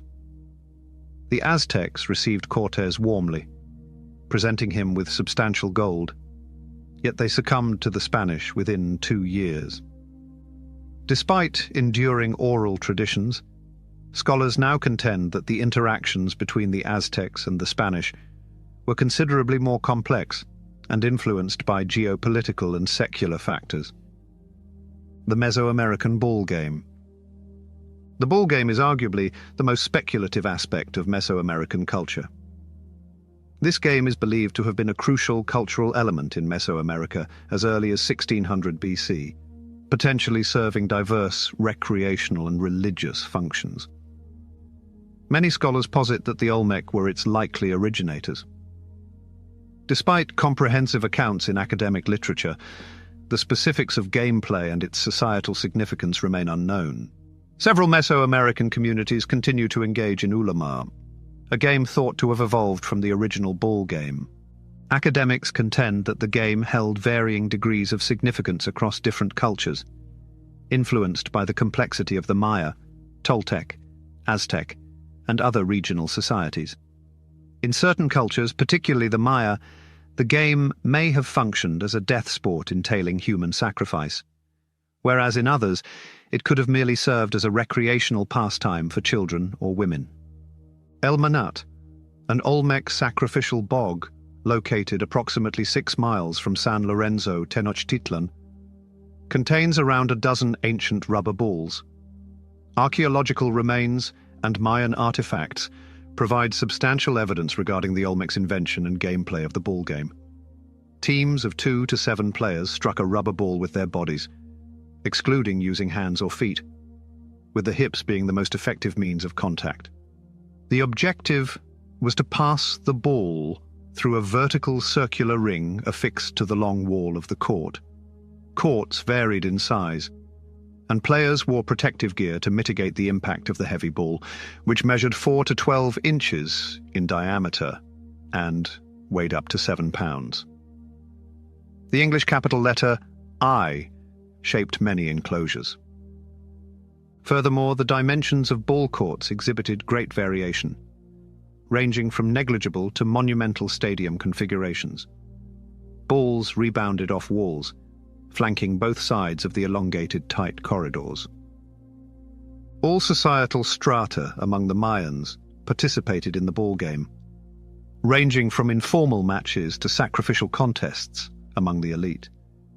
Depending on the variant, the deities would demand the sacrifice of a team that lost one of these games. The Popol Vuh narrates the tale of 2 brothers whose exceptional gaming prowess frequently irritated the lords of Xibalba, the Maya underworld. In response, guide owls were dispatched from Xibalba to escort the brothers to the underworld ball court, following their summons to play a game. The following day, after arriving in the underworld, the death gods of Xibalba executed them due to their continual shortcomings. His head shortcomings. A calabash tree, resembling a tzompantli, displayed the skulls of sacrificial victims. The brothers interred their bodies beneath the ball court. Archaeological evidence indicates that this game was essential for various Mesoamerican cultures, with the Mayans regarding it as a fundamental component of urban existence. Ball courts are frequently linked to human sacrifice, although some theorize that the losing team or the captain of the group may have faced sacrificial execution. The hypothesis that the game's objective was to resolve municipal or intercity conflicts is plausible when examining the process. A ritual sacrifice by the losers to enhance the quality of the game would likely have been severe if the game were merely for amusement and competition. No physical evidence exists to confirm that the Olmecs utilized ball games as blood sports, or linked them to human sacrifice. However, numerous scholars contend that human sacrifices occurred during this era.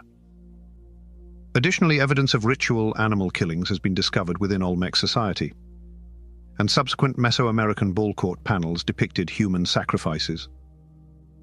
Notable examples include El Tajin, 850 to 1100, Chichen Itza, 900 to 1200, and the renowned decapitated ball player stelae from the classic Veracruz site of Aparicio, 700 to 900, Olmec legacy. Even today, millennia after the Olmec ascended to prominence, conference halls globally deliberate whether they established the social and cultural framework for subsequent Mesoamerican civilizations. or merely existed as a concurrent culture alongside others. While conventional historical chronologies position the Olmec as the initial civilization in a protracted sequence culminating in the rise and decline of the Aztec Empire, historians argue that it is more precise to evaluate cultural advancements from 1200 onward. The Olmec represent the earliest civilization in Mesoamerica, and their impact on Mexican culture is extensively acknowledged.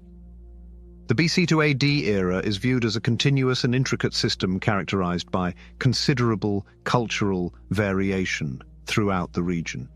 Advocates of this viewpoint assert that the Olmecs' economic systems, social hierarchies, religious practices, ceremonial traditions, and trade advancements were so proficient that substantial changes in Mesoamerica were largely unnecessary for nearly 3,000 years. Therefore, we can compare the Olmec to the mound builders and Mississippians who spread throughout the modern United States. The fascination with Mesoamerican groups' penchant for blood, manifested through ritual bloodletting or human sacrifice, captivates many. These practices originated with the Olmec, a culture characterized by numerous innovations. The Olmec may have also pioneered the first writing system in the Western Hemisphere, or at least a method for conveying ideas, thoughts, and emotions through iconography. Symbols unearthed at San Andres have been dated to 650 BC, while speech scrolls and hieroglyphics, akin to later Maya hieroglyphs, date back to 900 BC, predating the earliest known written language by at least 150 years. Additionally, researchers have identified a serpentine slab near San Lorenzo, featuring 62 intricate symbols, 28 of which are unique and previously undocumented. This writing system is distinct from any other Mesoamerican writing system discovered thus far, enhancing its intrigue. Numerous Mesoamerican cultural groups may have used the Olmec calendar as a precursor, but the Mayan calendar has captured the attention of modern civilization. The long count calendar civilization used mathematics by using 0 as a placeholder. If of Olmec origin, it could represent the earliest recorded use of 0. Historically, Muhammad ibn Ahmad al-Khwarizmi, a Persian encyclopedist in 976 AD, suggested that in the absence of a numeral in the tens place during calculations, a saif, Arabic for a small circle denoting emptiness, should be employed to maintain alignment and precision. This eventually evolved into the concept of 0. Proponents of this theory assert that all artifacts displaying the earliest dates of the long count calendar were located outside the immediate Mayan territory. Conversely, critics argue that the Olmec civilization concluded by the 4th century BC, several centuries before the earliest known artifacts associated with the long count date, thus rendering the connection between the Olmec and the long count calendar speculative. Researchers have identified 3 Olmec artifacts within the Olmec region: Mesoamerica and the Toltec civilization. The Toltec, Mesoamerican warriors of Chichimec origin, established a power base near the original Tula during the early post-classic period of Mesoamerican history, 10th to 12th centuries AD. This name is predominantly linked to the Aztec Empire, which governed central Mexico from the 14th to the 16th century. The term Chichimeca encompasses a diverse array of semi-nomadic, barbaric groups inhabiting the region north of present-day Mexico and the southwestern United States. Approximately 1.5 million Nahua individuals continue to speak Nahuatl, a language belonging to the Nahuan branch of the Uto-Aztecan family, which has been in use since at least the 7th century AD. Scholars discuss the etymology of the term Toltec. Many claim that the name of their capital city, Tolan, which translates to place of rushes and reeds, is the source of Toltec, which means reed people. Additional academic sources suggest that Toltecs referred to the inhabitants of Tula as urbanites, or cultured individuals in Nahuatl. The Toltecs established Tolan near present-day Tula, approximately 50 miles north of Mexico City, following their dominance in the Valley of Mexico through the conquest of the Teotihuacan populace. or potentially by awaiting their decline. It is widely accepted that during a phase of southward expansion around 1000 AD, the Maya of Yucatan fell under their influence between the 11th and 13th centuries before their eventual downfall. Tula and Chichen Itza exhibit parallels in this regard. The Olmec culture, originating on the Gulf Coast of Mexico and expanding westward through the Isthmus of Tehuantepec, was among Mesoamerica's earliest sophisticated civilizations.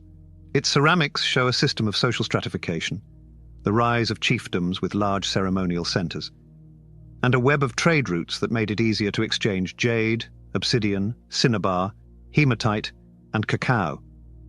Identification of the Toltecs. Ancient archaeological findings have illuminated aspects of Toltec culture, while the contemporary Pascua-Yaqui have enriched the Mesoamerican narrative through their oral traditions. However, most current knowledge regarding the Toltecs is derived from the Aztec chronicles.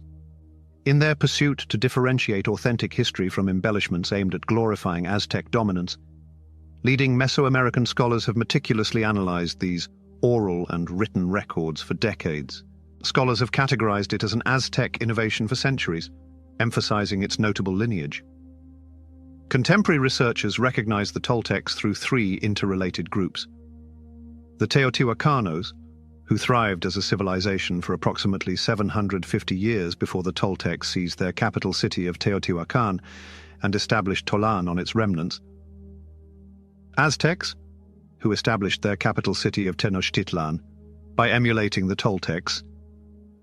And Pascua-Yaqui, a Uto-Azteca people who migrated into the United States by the late 19th century. The archaeological record indicates that circa 1 AD, a culture identified as Teotihuacan emerged near present-day Mexico City, establishing a vast capital city that potentially supported a population exceeding 200,000 at its zenith. By 450 AD, this immense city, spanning nearly 12 square miles, attained its apex. It epitomizes a significant culture whose influence extended over approximately 10,000 square miles to the south, reaching as far as Guatemala. Teotihuacan was designed with modernity, featuring broad streets, numerous town squares, markets, plazas, over 2,000 apartment complexes, and around 600 pyramids believed to have served religious functions. Researchers have noticed that some parts of the city lack fortifications or military structures. Important people from all over Teotihuacan's sphere of influence may have used them, indicating a harmonious relationship. Teotihuacan, recognized globally as a hub of industry and commerce, also boasted a substantial artistic community comprising potters, jewelers, and artisans who crafted exquisite obsidian artifacts.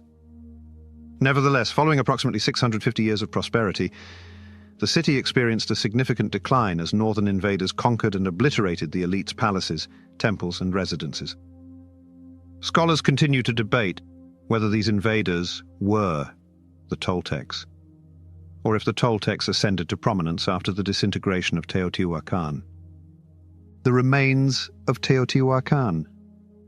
Regardless of whether the Toltecs conquered Teotihuacan, it is generally accepted that Teotihuacan significantly influenced Toltec culture, affecting the Aztec and Yaqui cultures indirectly.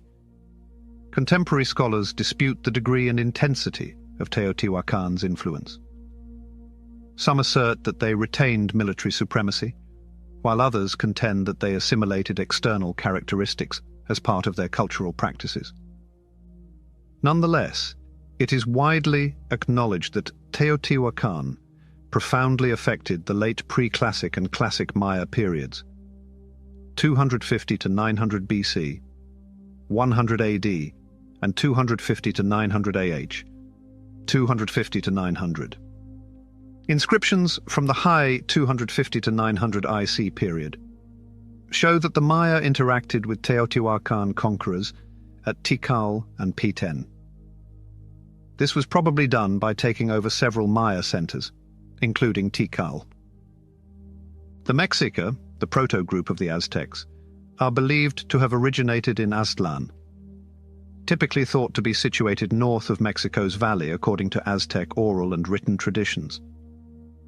The Mexica are a Nahuatl-speaking populace encompassing the Chichimeca, a collective of diverse ethnic and linguistic groups that adopted the Aztec designation following the establishment of Tenochtitlan and the Aztec Empire. The Aztec Empire is known for its extensive codices. According to regional histories, the Mexica landed in Chapultepec, present-day Mexico City, around 1248 AD. At that time, Chapultepec was a Teotihuacan hamlet under Toltec control. Before the Spanish conquest, numerous city-states vied for resources in the Valley of Mexico. The predominant civilizations were Culhuacan to the south and Azcapotzalco to the west. It is believed that the Mexica assimilated Culhuacan culture in the desolate areas of Tizapan following their expulsion from Azcapotzalco, ostensibly due to their perceived barbarism. According to legend, the Mexica were sent by a vision to Tenochtitlan in Lake Texcoco in 1323, and in 1325 they commenced the establishment of the Aztec kingdom. Tenochtitlan was, at first, an official satellite of Azcapotzalco, a regional power.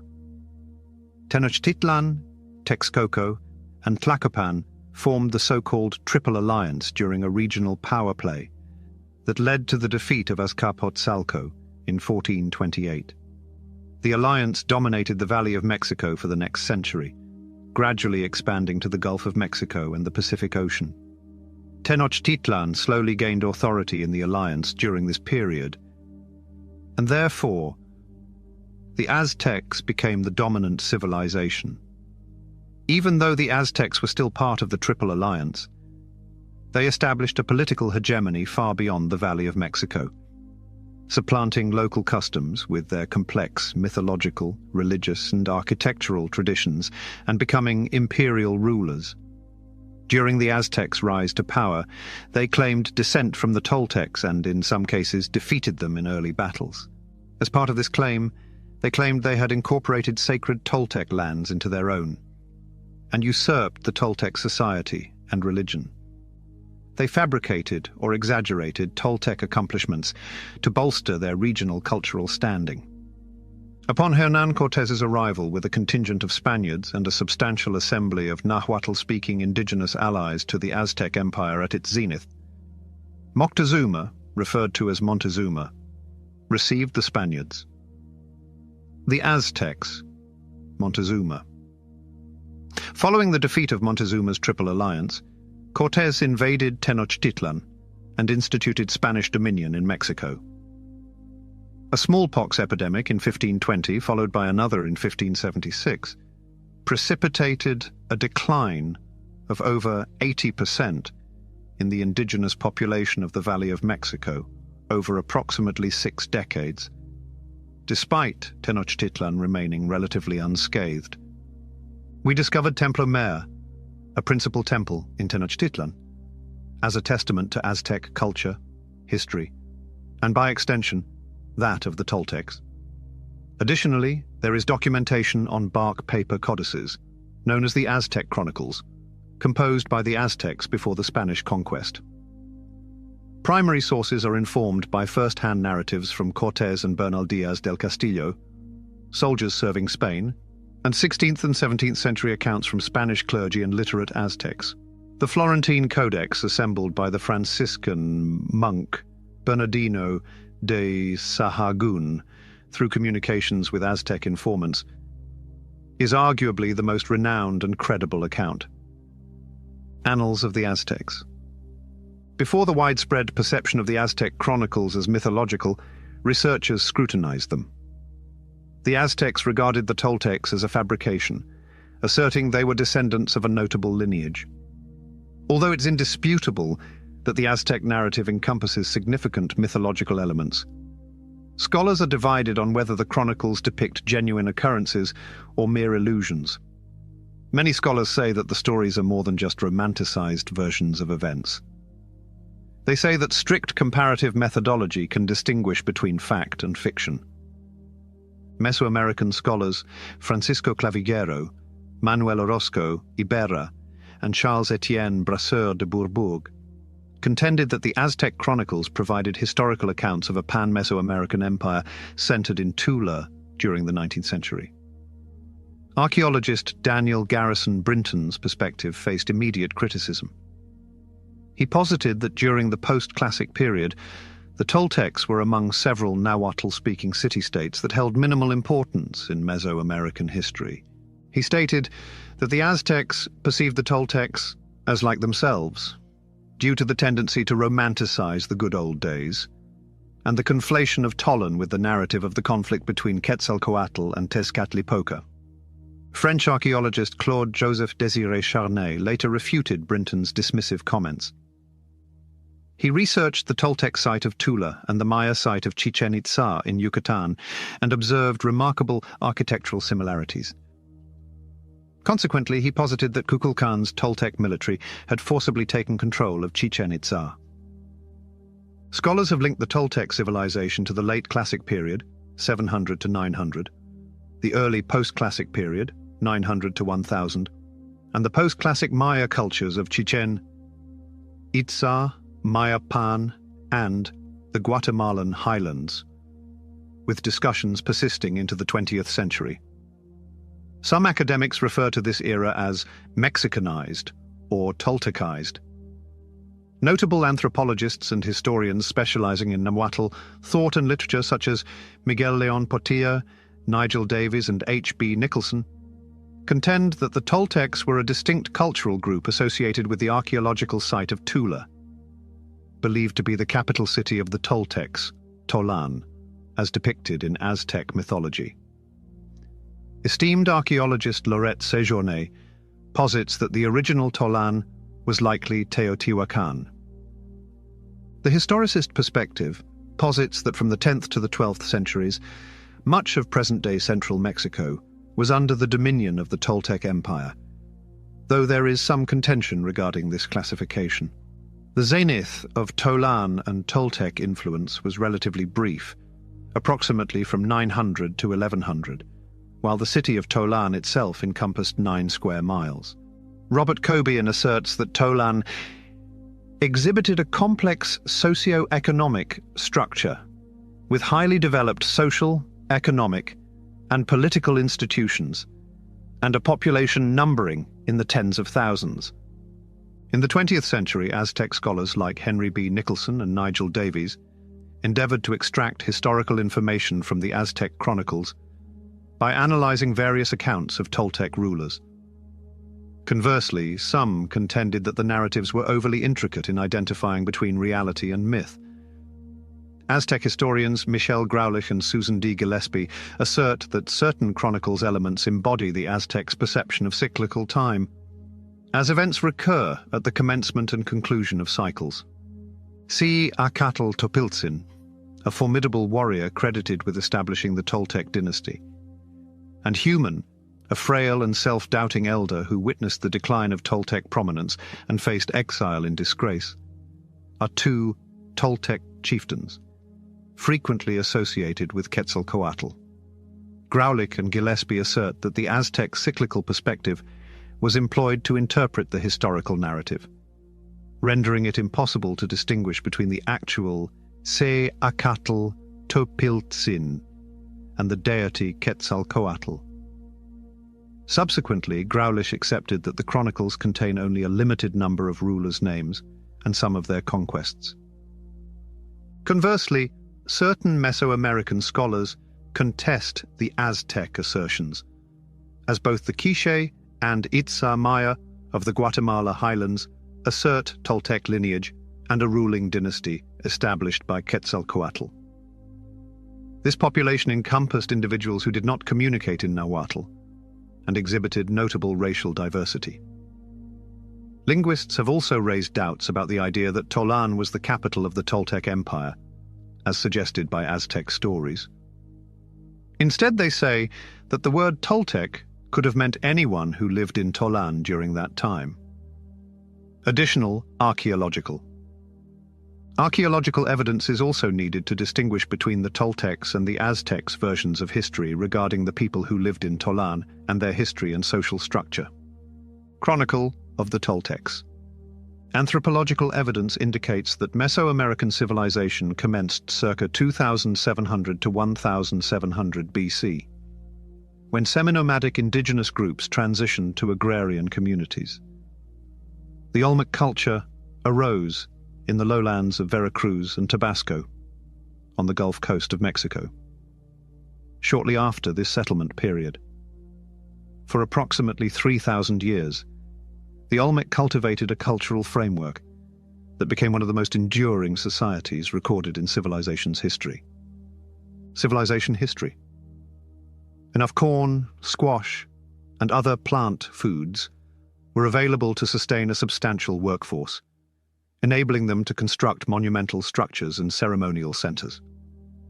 The Zapotecs, Teotihuacan, Maya, Toltecs, and Aztecs emulated their pyramids, open plazas, and centers for human sacrifice based on Olmec precedents. Mesoamerica underwent an extraordinary cultural evolution before the arrival of Europeans. By 2000 BC, evidence of pottery making appeared in the fossil record, and science and technology became motivating factors for many cultures, initially for spiritual reasons. Art, for example, quickly evolved from simple depictions of objects to the emergence of writing, whose form and complexity varied depending on the time, the culture, and the language. The early forms of writing did not have a true alphabet, making them difficult even for modern linguists to decipher. The overlap of Maya, Teotihuacan, Toltec, and Aztec cultures makes it almost impossible to determine who was responsible for innovations such as metalworking, astronomy, arithmetic, the calendar, and advanced irrigation techniques. Many historians believe that the advent of flat-topped pyramids spawned the so-called mound-building traditions throughout North America. And the graphic was used to express ideological concepts and features of nature. The Toltec culture and subsequent ascendance and eventual decline of the Toltec civilization are essential for comprehending the emergence and rise of the Maya in Mesoamerica. The Toltecs and Mayas exhibit numerous parallels, with some scholars suggesting that the Toltecs originated from the Mayas, while others contend that the Toltecs attained their supremacy through the subjugation of the Maya. Both cultures assert that a thorough understanding of the Toltec culture requires in-depth knowledge of the Maya culture. Despite the evident interdependence of these two cultures, their relationship remains a subject of discussion.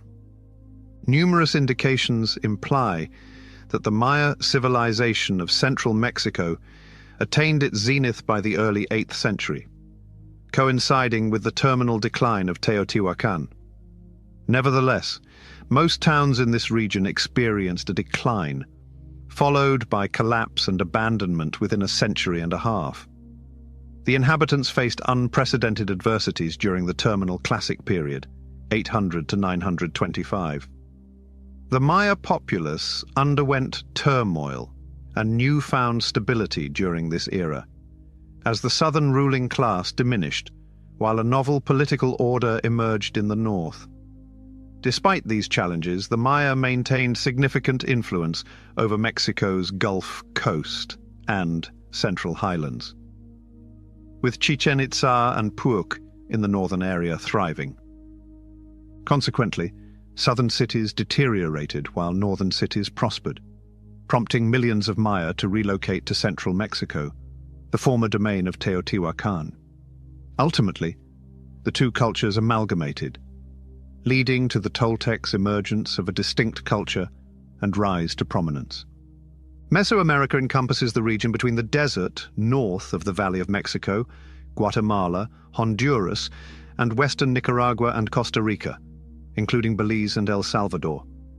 Before the Spanish conquest, various societies thrived in this area, notably the Aztecs and indigenous peoples. Mesoamerican societies embraced various cultural attributes around 7000 BC, including the domestication of dogs and the cultivation of corn, beans, squashes, and chilies. These sedentary agricultural communities supplanted Paleo-Indian hunter-gatherer groups. These populations are characterized by their calendars, mythologies, architectural styles, ball-playing customs, and agricultural methods. The Aztec chronicles and other narratives were composed approximately 400 years after the Toltecs' ascendance, indicating their emergence as a significant power in the early 900s. Under the leadership of Mixcoatl, Cloud Serpent, the initial Toltecs entered Mesoamerica, plundering Teotihuacan and precipitating its downfall. Archaeological and historical evidence indicates that Teotihuacan attained its zenith of power by 500, but commenced its decline by 70, rendering it unable to withstand external pressures. Renowned American archaeologist René Million states, "The military is most prominent at Teotihuacan between AD 650 and 750. This could serve as both a symptom and a causative factor." Tziacatl Topiltzin, son of Mixcoatl, is attributed with establishing the Toltec Empire by erecting Tolan on the remnants of Teotihuacan, despite his ambiguous role. In Mesoamerican history, he is recognized as Quetzalcoatl, the feathered serpent. Teotihuacan had been in decline for at least a century when the Toltecs purportedly took control around 800, a date that remains highly conjectural. However, a significant portion of the populace, potentially numbering in the tens of thousands, continued to inhabit the area. The city's 4 primary economic resources persisted despite the collapse of Teotihuacan culture. Notably, the rich obsidian deposits in Pachuca rendered it especially valuable. Additionally, the city's strategic location facilitated trade between the Basin of Mexico and the Gulf Coast to the east and south. The Teotihuacan Valley presented substantial opportunities for agricultural intensification via irrigation. Although time diminished its initial importance, Teotihuacan preserved a prominent religious status among the area's indigenous populations, potentially serving as a spiritual hub attracting pilgrims. The Toltecs assumed control of Teotihuacan's governance through coercion and a limited display of military force. Circa 987, the Toltec emperor Tziacatl Topiltzin and his devoted adherents contended with the Toltec warrior factions, which included the Eagle, Jaguar, and Coyote orders, symbolizing Tezcatlipoca, the deity of war. Tezcatlipoca's malevolent sorcery ultimately vanquished Tziacatl Topiltzin, prompting him and his followers to journey to the Gulf Coast, where they embarked on rafts to restore the dominion of Quetzalcoatl. According to corresponding Maya narratives, Kukulkan, feathered serpent, arrived in Yucatan that year, usurped Yucatan from its legitimate inhabitants, and established his capital at Chichen Itza. Nevertheless, as noted by Maya scholar Ralph Roys, this account is significantly conflated with the history of a subsequent group known as the Itza, who migrated to Yucatan in the 13th century and incorporated Chichen into their designation. The Maya narrative regarding the Temple of the Warriors at Chichen Itza recounts that the Toltecs, led by Kukulkan, approached the sea near the Campeche coastline, inciting Maya warriors to venture out on rafts for confrontation. Following the Maya army's defeat in the naval engagement, they transitioned to terrestrial combat. Consequently, due to the Toltec incursion into a prominent Maya settlement, the Maya leaders resolved to capitulate, offering their hearts as a literal sacrifice to the feathered serpent, whom they depicted as hovering above to receive the bloody offering. Historically, scholars have dismissed the Maya narrative of an incursion by the pacifistic Quetzalcoatl, or scrutinized the interpretation of the wall murals. Some analysts observe that the Maya assimilated certain Toltec architectural methods during the Puk phase, which concluded circa 1000.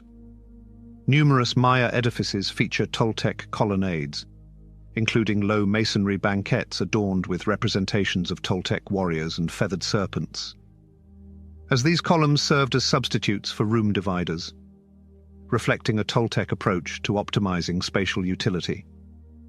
Subsequent Mayan utility includes Toltec Jaguar and Eagle orders members, with individuals attired in conventional Maya garments, while Toltec deities are portrayed in proximity to Maya deities. This illustrates the amalgamation of Maya and Toltec beliefs. Despite ongoing debate regarding the Toltecs' invasion of Chichen Itza or other Maya cities, a fusion of ideas undoubtedly occurred, resulting in a Toltec-Maya hybrid that supplanted the traditional Maya order.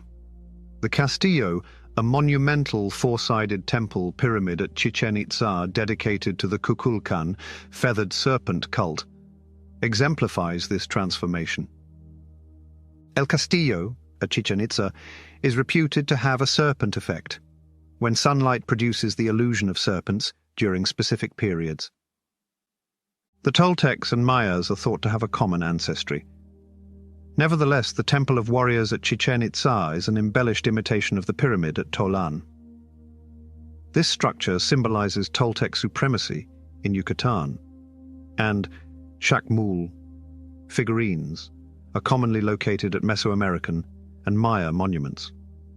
A Shakmul figure exists in the Temple of Warriors. Academics often dispute the connections among the Toltecs, Aztecs, and Mayans, despite the increasing availability of conclusive data regarding these civilizations. Historically, scholars of the Toltecs and Maya have inferred relationships between the two cultures, based on scant and dubious evidence. While scholars may base their conclusions on these studies, such determinations may lack precision. In the 1940s, Mexican archaeologists Rigberto Jiménez Moreno and Jorge R. Acosta identified Tula as the capital of Tollan after extensive research. They used military themes to tell the difference between Toltec and Teotihuacan art. For example, they saw symbols of the jaguar and eagle military orders, and themes of death and blood all over the site, such as eagles eating hearts. Between 1961 and 1964, American archaeologist Richard A. Deal researched the Teotihuacan Valley and the Aztec capital of Teotihuacan under esteemed archaeologist William T. Sanders. After that, he pushed for a Toltec archaeological horizon, a circle of influence made up of specific artistic traits and themes typical of Tollan, and spread to other Mesoamerican towns and cultures. Chichen Itza's Tollan displays numerous stylistic features. Pottery from the Maya-walled city of Tulum showcases Mixteca Puebla-style iconography linked to the Toltecs. Tohil Plumbat ceramic ware was discovered in Aguacatal, while Silho Oran ware ceramics were located in western Guatemala. We paint ceramics orange in the Toltec manner. In 1983, archaeologist Robert H. Cobian launched the Tula and its Direct Area of Interactions project to investigate the evolution and proliferation of the Toltec state. Cobian and his team excavated the residences of the Coyotla Telco people in the region to compare them with those of the Toltecs, identifiable by their distinctive figurine style. Their primary focus was on workshops and areas of significant activity. The Coyotla Telco frequently crafted stone tools from rhyolite and basalt, while the Toltecs utilized obsidian. Cobian established a more precise timeline that delineated the peak period of urban expansion, population growth, and social and economic complexity levels. Commonly held beliefs address the ascendance and decline of Toltec culture. However, Cobian's research challenges these notions. Scholars who posited that the Toltecs had forcibly overtaken Teotihuacan found Cobian's findings disheartening. By 750, nearly all sites associated with Teotihuacan were deserted, a phenomenon directly correlated with the city's deterioration as a political and economic hub. This decline precipitated significant transformations in central Mexico, influencing settlement patterns and various regions' political and economic dynamics. Consequently, numerous regional centers emerged. These centers typically sat on elevated terrain or indefensible locations due to instability and frequent conflicts among disparate groups. New ceramic styles found in fossils, changes in building methods and changes in art themes suggest that ethnic groups have recently moved to the area, or that there have been big changes within the tribes already there.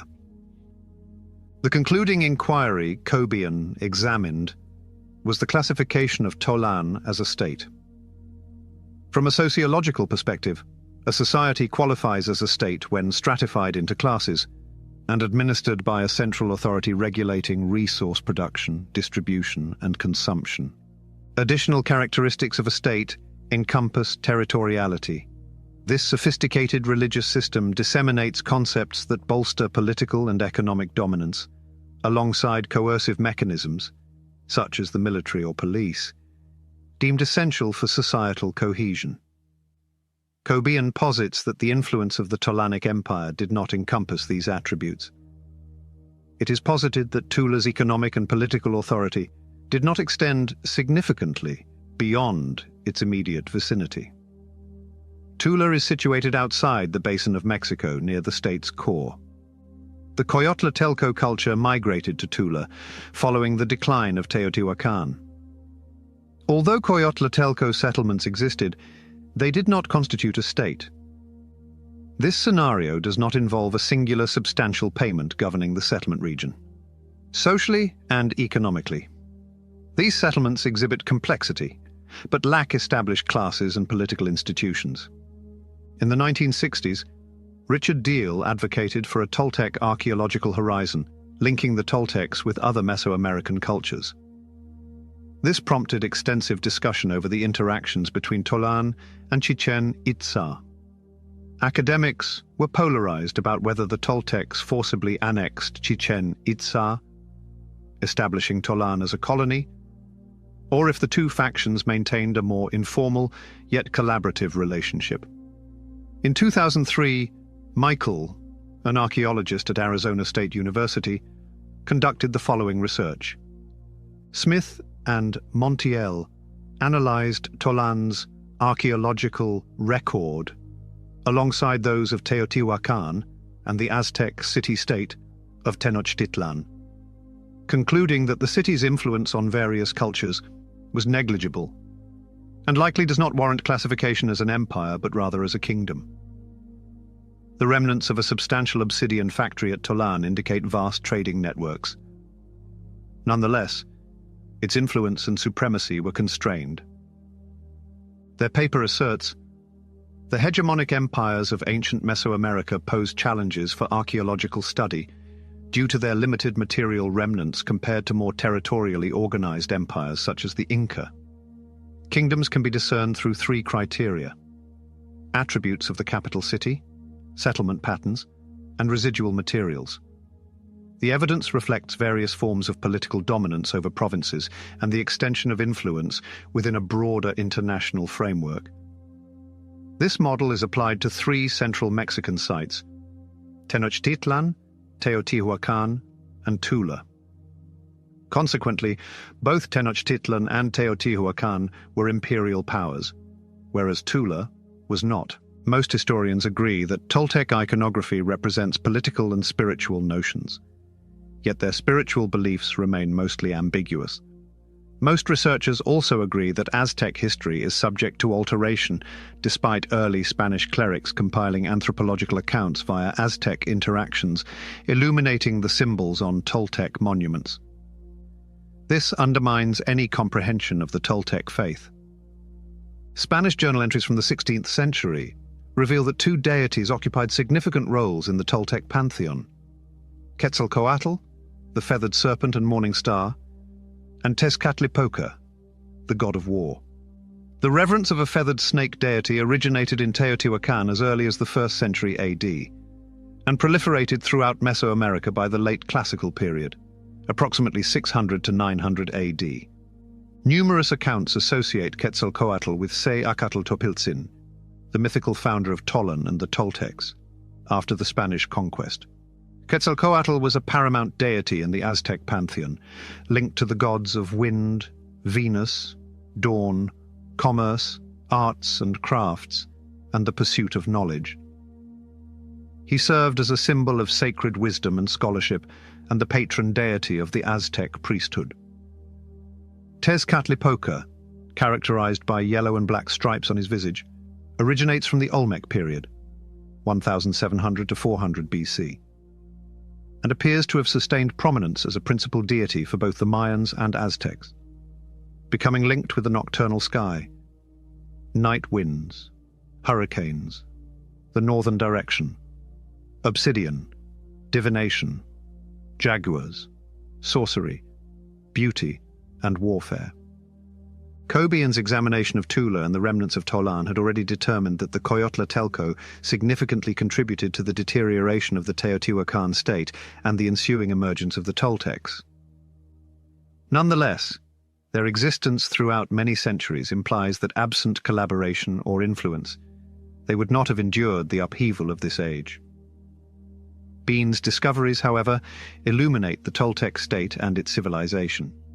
Upon examining 3 significant Coyotlatelco village sites, it became evident that by the conclusion of Teotihuacan's fall, the majority of the Coyotlatelco likely resided in substantial hilltop settlements that were politically and economically distinct from Teotihuacan. The sole exception was the highly intricate urban complex of Tula Chico, located near Cerro Magoni along the Tula River. Cobian believed that Tula Chico was established by individuals, possibly remnants of the Teotihuacan group, who migrated from the hilltop villages and underwent a social, economic, and political surge that drew numerous dispersed populations of the valley. Cobian observes that Tula Chico represented the preliminary phase in the evolution of the Tolan city. This suggests the city, the renowned confrontation between Toltec leader Teacatltopiltzin and Teotihuacan leader Tezcatlipoca, might have taken place in the central square of Tula Chico. We can also attribute its abandonment to its prime location within the thriving metropolis. A shakmul, a reclining sculpture featuring an offering plate on its abdomen, is widely exhibited at Tolan and other sites influenced by the Toltecs, including Chichen Itza. It has long been believed that this figure was constructed to contain the hearts of sacrificial victims. Historical accounts vary over whether this individual embodies the mythical warrior archetype or a conventional Toltec warrior. It seems that the Toltecs were fixated on the figure known as the Toltec warrior, characterized by a pillbox-style headdress adorned with a downward flying bird and a butterfly insignia on the chest, wielding a feather-decorated atlatl in one hand and a collection of darts in the other. The Toltec religious practices effectively differentiated them from preceding Mesoamerican civilizations. They were typically perceived as merciless and sanguinary due to the physical violence employed to subjugate the Valley of Mexico, and the aggressive art and monumental creations they considered emblematic of their spiritual perspective. Historians frequently credit the Toltecs with institutionalizing the practice of human sacrifice, which was prevalent among the Maya and the Aztecs. There is contention on which culture was impacted. However, tangible evidence suggests that the Toltecs had an obsession with death. Numerous researchers contend that the Toltecs engaged in ritual bloodletting, heart extraction, and possibly beheading, extending beyond mere symbolism and artistry. After capturing the Aztec city of Tenochtitlan, Spanish and Jesuit historians discovered that Mesoamerican religion was founded on the concept that the gods had sacrificed their blood for humanity's creation, necessitating human blood offerings in return. Extensive public sacrifices, frequently conducted on the steps of temple pyramids, arose as a manifestation of religious devotion. During sacrificial rites, a priest or ruler adorned as a deity temporarily embodied that deity and presided over festivities that honored the god's might, accompanied by a group of musicians. During the ritual, humanity and the sun responded to primordial depictions of divine sacrifice that facilitated their emergence. A prevalent notion suggests that ritual slaughter peaked during the decline of Tolan. However, it's possible that Chichen Itza specifically built the Temple of the Feathered Serpent for ritual sacrifice. Oral history recounts that pilgrims and visiting nobles congregated in large numbers as human blood, and by some accounts human heads, flowed from the temple steps, while applause ascended toward the heavens. Reports additionally indicate the ritualistic sacrifice of alligators, jaguars, and various other animals. According to Aztec records, all Toltec rites incorporated incense, music, and dance. Individuals believed that fragrances, mostly derived from copal resin, rubber, and chicle tree resin, ascended into the atmosphere and served as sustenance for the deities. At times, when sacrificing animal parts was unfeasible, individuals sculpted plastic to replicate their shapes. Reports indicate that prominent musicians utilized clay, shell, and gourd instruments at all sacred events, encompassing processions and ceremonies. Drums, horns, rattles, and various instruments mimicked animal vocalizations. In Tolan, dance troupes occupied a significant role in public rituals and ritual sacrifices, executing holy dances for exceptional events, such as preparations for war, and occasionally fulfilling priestly duties. Tolan. Evidence indicates that Tolan did not attain its significance until approximately 800, some decades after the decline of Teotihuacan. It attained its peak influence of 900, before declining by 1100. Examination of ceramics and other artifacts reveals a swift population surge linked to the fall of Teotihuacan, and the influx of thousands of immigrants from northern and western Mexico.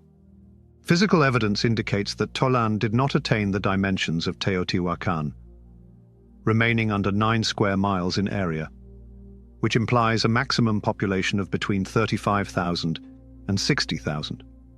Consequently, many assert that the city exerted minimal influence beyond its boundaries, and ultimately failed to attain the level of power achieved by Teotihuacan. Based on archaeological evidence, Spanish narratives, and cross-cultural oral traditions, the Toltec society at Tolan was significantly less ordered than later Mesoamerican cultures.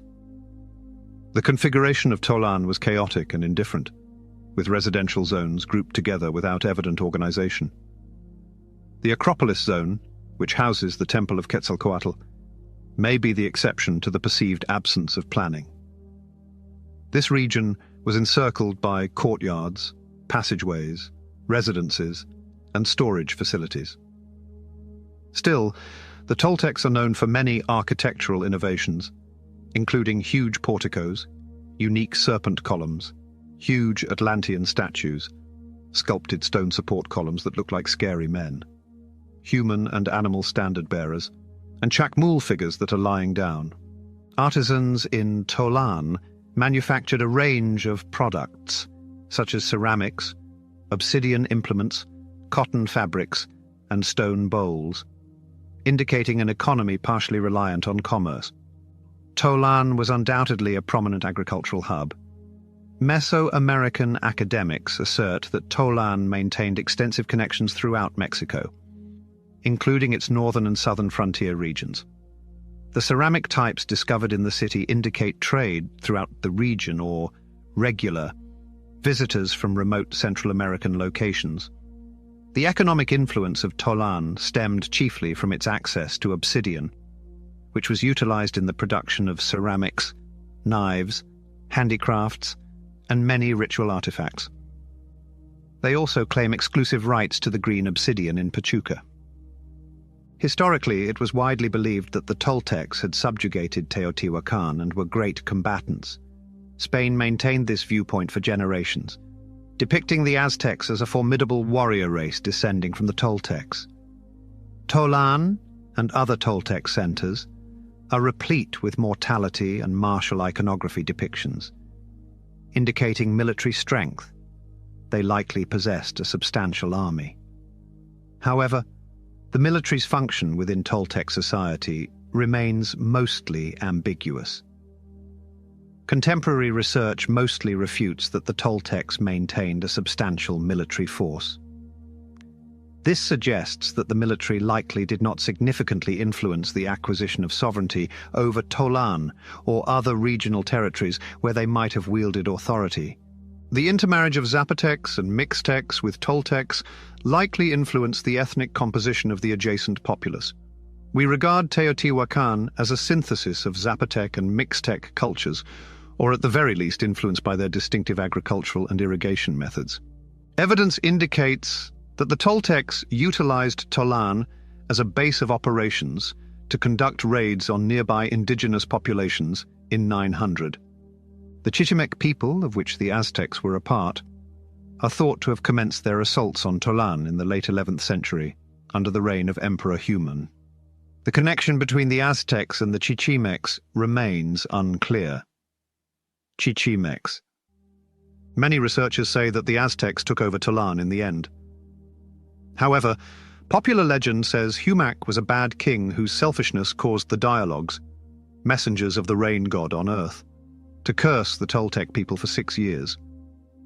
Humac relinquished his kingdom and installed his illegitimate son Axitl in his stead during the catastrophic frosts, droughts, floods, and storms that ravaged Tolan.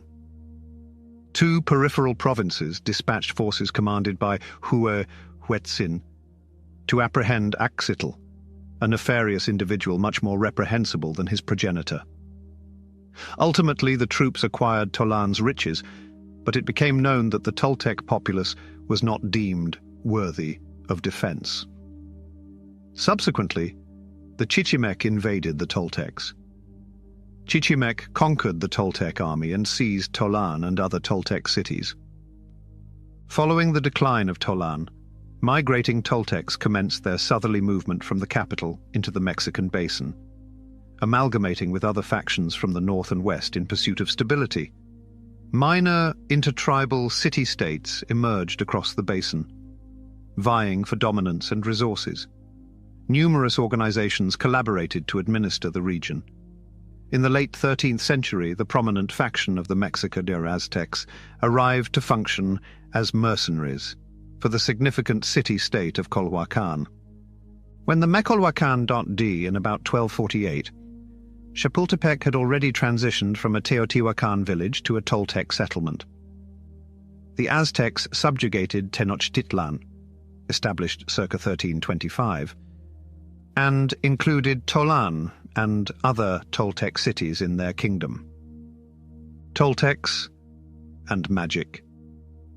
In 1968, Peruvian-born American anthropologist Carlos Castaneda published The Teachings of Don Juan, a Yaqui way of knowledge which presented the ideology and practices of the Toltec sorcerer Don Juan, one of the final members of a mysterious group known as the Nagual. Castaneda's book, The Teachings, the inaugural chapter of his renowned trilogy that comprises a separate reality and journey to Ixtlan, employs the term Toltec to denote a member of this clandestine society of sorcerers, which is rooted in the Mesoamerican culture of the same designation. Mesoamerican folklore posits that a Nagual is a human capable of magically transforming into any animal, particularly jaguars and pumas. Castaneda narrates his initiation into the Nagual tradition in 1960 in his work, The Teachings of Don Juan. The author recounts his dialogues with his instructor, whom he designates as Don Juan, and delineates his experiences throughout his apprenticeship, which encompassed the consumption of hallucinogenic substances, including peyote, yerba del diablo, and magic mushrooms. In the foreword to The Teachings, UCLA anthropology professor Walter Goldschmidt emphasizes that this is not simply a narration of hallucinations. As the sorcerer's apprentice illustrates Don Juan's nuanced manipulations in his interpretation of events. Don Juan was believed to be born in the Southwest in 1891, resided in Mexico until 1940, and immigrated to Arizona in 1940. His apprenticeship in Yaqui sorcery purportedly continued until 1965, when he encountered Castaneda. Castaneda asserted that knowledge constitutes an illusion of reality, referred to as Maya in Hinduism, in which the majority of humanity becomes ensnared. Because of this, the Toltec Nagual came up with ways to get past the negative effects of this illusion. which let them go beyond normal mental limits, a common idea in modern Eastern religions. Naguals assert that existence is boundless and that spirit and matter are inseparable. Hence, they can accomplish what regular individuals ensnared in the illusion of the mind regard as impossible or magical. In ancient times, people recognized Naguals as formidable wizards and sorcerers. In Castaneda's account, Nagual Don Juan characterizes the Toltecs as a consortium of sorcerers who utilized various psychotropic flora to alter perception 10,000 years ago. Nevertheless, Toltec sorcerers principally focus on averting the natural disintegration associated with death. The ancient Nagual cultivated knowledge and methodologies to attain this objective, enabling the sorcerer to metamorphose into an inorganic entity with an everlasting existence. Castaneda asserts that the term Toltec he employs is precise and distinct from the Toltec people or their culture, which he describes as an oral and written tradition of Mesoamerica. The Nagual tradition is purported to have emerged from the living Toltec culture. However, individuals chosen for recruitment are selected based on their capabilities, rather than their ethnic or cultural backgrounds. According to Maya and Aztec texts, the Toltecs were not tribes, but a clandestine society established in 750 AD. As delineated in Maya and Aztec texts, the Toltecs were not tribes, but rather a clandestine organization established around 750 AD by the indigenous Mesoamerican populace, following the conquest of Teotihuacan. Don Juan asserts that the Toltecs practiced and preserved ancient knowledge of the Pacific Ocean, derived from island cultures linked to the fabled lost continent of Atlantis. Numerous Maya sources connect them to the mythical Pacific civilization of Mu, while others associate them with the inhabitants of Atlantis.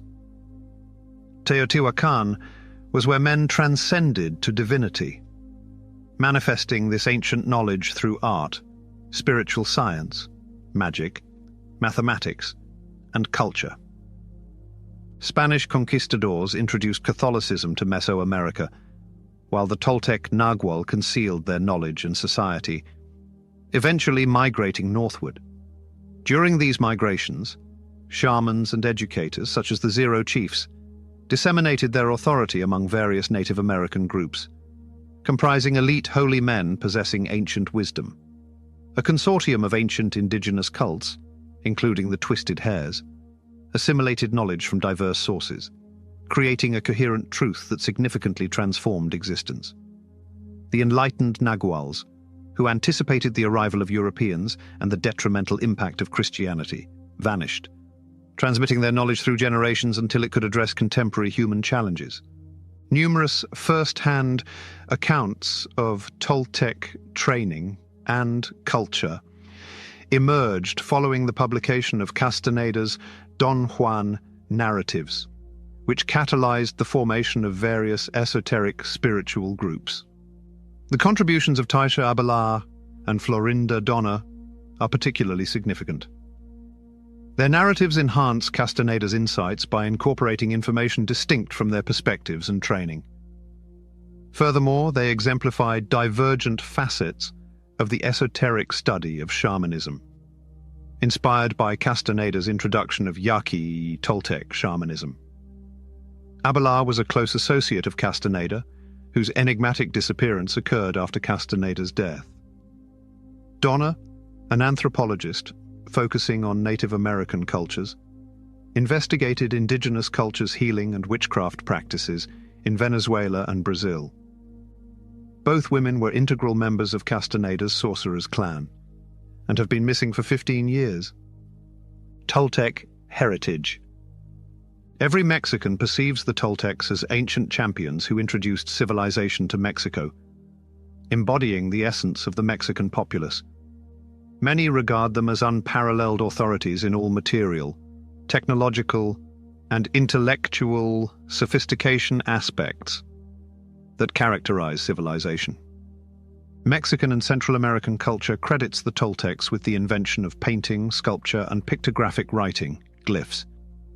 the construction of grand palaces and pyramids, and the creation of vibrant mosaics and feathers for adorning military shields and public emblems. Farmers, technicians, and ritual specialists possessed superior knowledge of the earth and cosmos.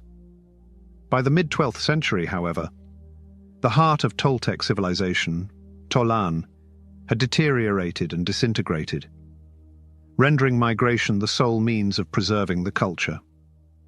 In their various forms and subdivisions, the Toltecs concealed themselves following their conquest by the Aztecs, and subsequently by the conquistadors.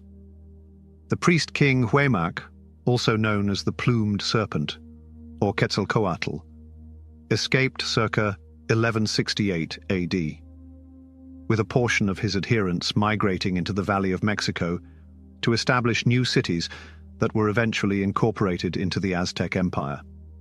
The Yaquis assert that some migrated northward into the southwest. Some anthropologists argue that Cholula was another Toltec city, while others suggest that some traveled eastward to the Maya.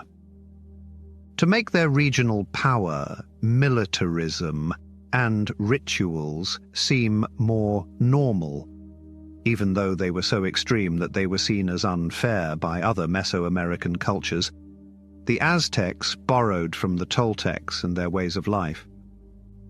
While honoring the achievements of the Toltecs through the city of Tolan and other Toltec cities, the Aztecs incorporated powerful cultural elements that endure to this day. The Aztecs effectively designated Tolan as the most sacred place on earth by declaring Teotihuacan, later Tolan, where the gods gathered to create the sun and humanity. It is unclear to what extent the Toltecs regarded Tolan as blessed, but their apparent reverence for it led to the development of such religious teaching, which was incorporated into the Aztec Empire. Furthermore, Seacatl Topiltzin, Quetzalcoatl, or the Feathered Serpent, is credited with founding Tolan and the Toltec Empire, arguably the most famous hero god in Mesoamerican history. Students worldwide continue to learn about Quetzalcoatl and his legend's significance in the events that preceded the Spanish conquest of the Aztecs. Although the Pascua Yaqui assert their lineage from the ancient Toltecs, their cultural origins can be traced to approximately 550 AD, when they established familial units that foraged for desert sustenance, hunted wildlife, and cultivated maize, beans, and squash. Scholars acknowledge their descent from the ancient Uto-Azteca peoples of Mexico, and the Pascua Yaqui may represent the most direct cultural connection between the Toltecs and Native Americans. The Yaquis' history traces back to 1533 during Spanish colonization. Yet their cultural affiliation with the Toltecs remains conjectural and largely reliant on oral tradition. The Pascua Yaqui website asserts, "The Pascua Yaqui Indians of Arizona are descendants of the ancient Toltecs, who occupied a vast region of the southwestern Mexico and currently reside in 8 communities in southern Arizona." Nonetheless, researchers have discovered scant evidence of their presence in the United States. The Southwest is a captivating region. Spanish chronicles, primarily derived from Yaqui and Aztec sources, indicate that the Yaqui had developed into an autonomous cultural group in the Valley of Mexico by 1414. Historians suggest that forming an active military may have been one of the essential prerequisites for cultural autonomy. Following the Spanish arrival in the Aztec territory in 1519, unrestrained combat ensued as the Spanish sought to subjugate the Yaquis and compel their enlistment in the Spanish army. Between 1608 and 1610, the Spanish assaulted Yaqui villages, resulting in the deaths of thousands of Yaquis following years of intermittent raids. Spanish Jesuit missionaries resided among the Yaqui, seeking tranquility, culminating in a peace treaty with the Spanish. Nevertheless, circa 1684, the Spanish deployed their forces onto sacred Yaqui territory upon discovering silver in the Yaqui River Valley. In 1740, the Yaquis initiated a revolution in alliance with the Mayos, to expel the Spaniards from the Valley of Mexico, a conflict that persisted for 190 years. Mexico achieved independence from Spain on September 16, 1810, by signing the Treaty of Cordoba and the Declaration of Independence of the Mexican Empire, formalized on August 24, 1821. Throughout the 19th century, various indigenous groups initiated revolts. However, in 1880, the Mexican army commenced the enslavement of the Yaqui, transporting them to work on plantations in Yucatan, resulting in the first significant northward exodus. The Mexican government employed numerous strategies to capture, eliminate, or displace the Yaqui from their territories. Military personnel were deployed in Yaqui villages. Thousands of Yaqui were abducted and sold to adjacent tribes, while many others were forcibly driven into Mexico's wilderness. Although numerous Yaquis persisted in defending their ancestral lands against Mexican forces, a second smallpox epidemic in 1887 decimated their population. By 1910, only 3,000 to 4,000 Yaquis remained in Arizona amid the Mexican Revolution. As the Yaqui migrated into U.S.-controlled territories, they swiftly garnered acclaim for their deer dances and artistic expressions, including sculptures and distinctive cultural paintings.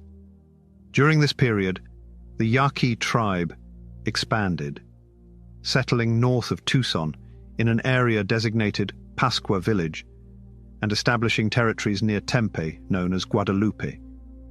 In 1964, 202 acres of desert land were allocated to the Pascua Yaqui to affirm their native North American identity. On September 18, 1978, the tribe attained federal recognition and established the Pascua Yaqui Indian Reservation. Consequently, this recognition rendered the Mesoamerican Pascua Yaqui eligible for various benefits under the United States Trust Responsibility toward all Native American groups that have experienced land loss. The Pascua Yaqui Indian Reservation, located in Pima County, Arizona, is in the southwestern sector of the Tucson metropolitan area near Drexel Heights and Valencia West. It borders the eastern section of the Tohono O'odham Indian Reservation, also referred to as the San Xavier Indian Reservation. Spanning nearly 2 square miles, 1,200 acres, the reservation features a verdant desert landscape that provides visitors with recreational and sightseeing activities, such as hiking, biking, and birdwatching. Tucson is 1 hour from the Mount Lemmon ski area and a few miles from Saguaro National Monument. The San Xavier del Bac Mission, the Sonoran Desert Museum, and Kitt Peak Observatory are nearby.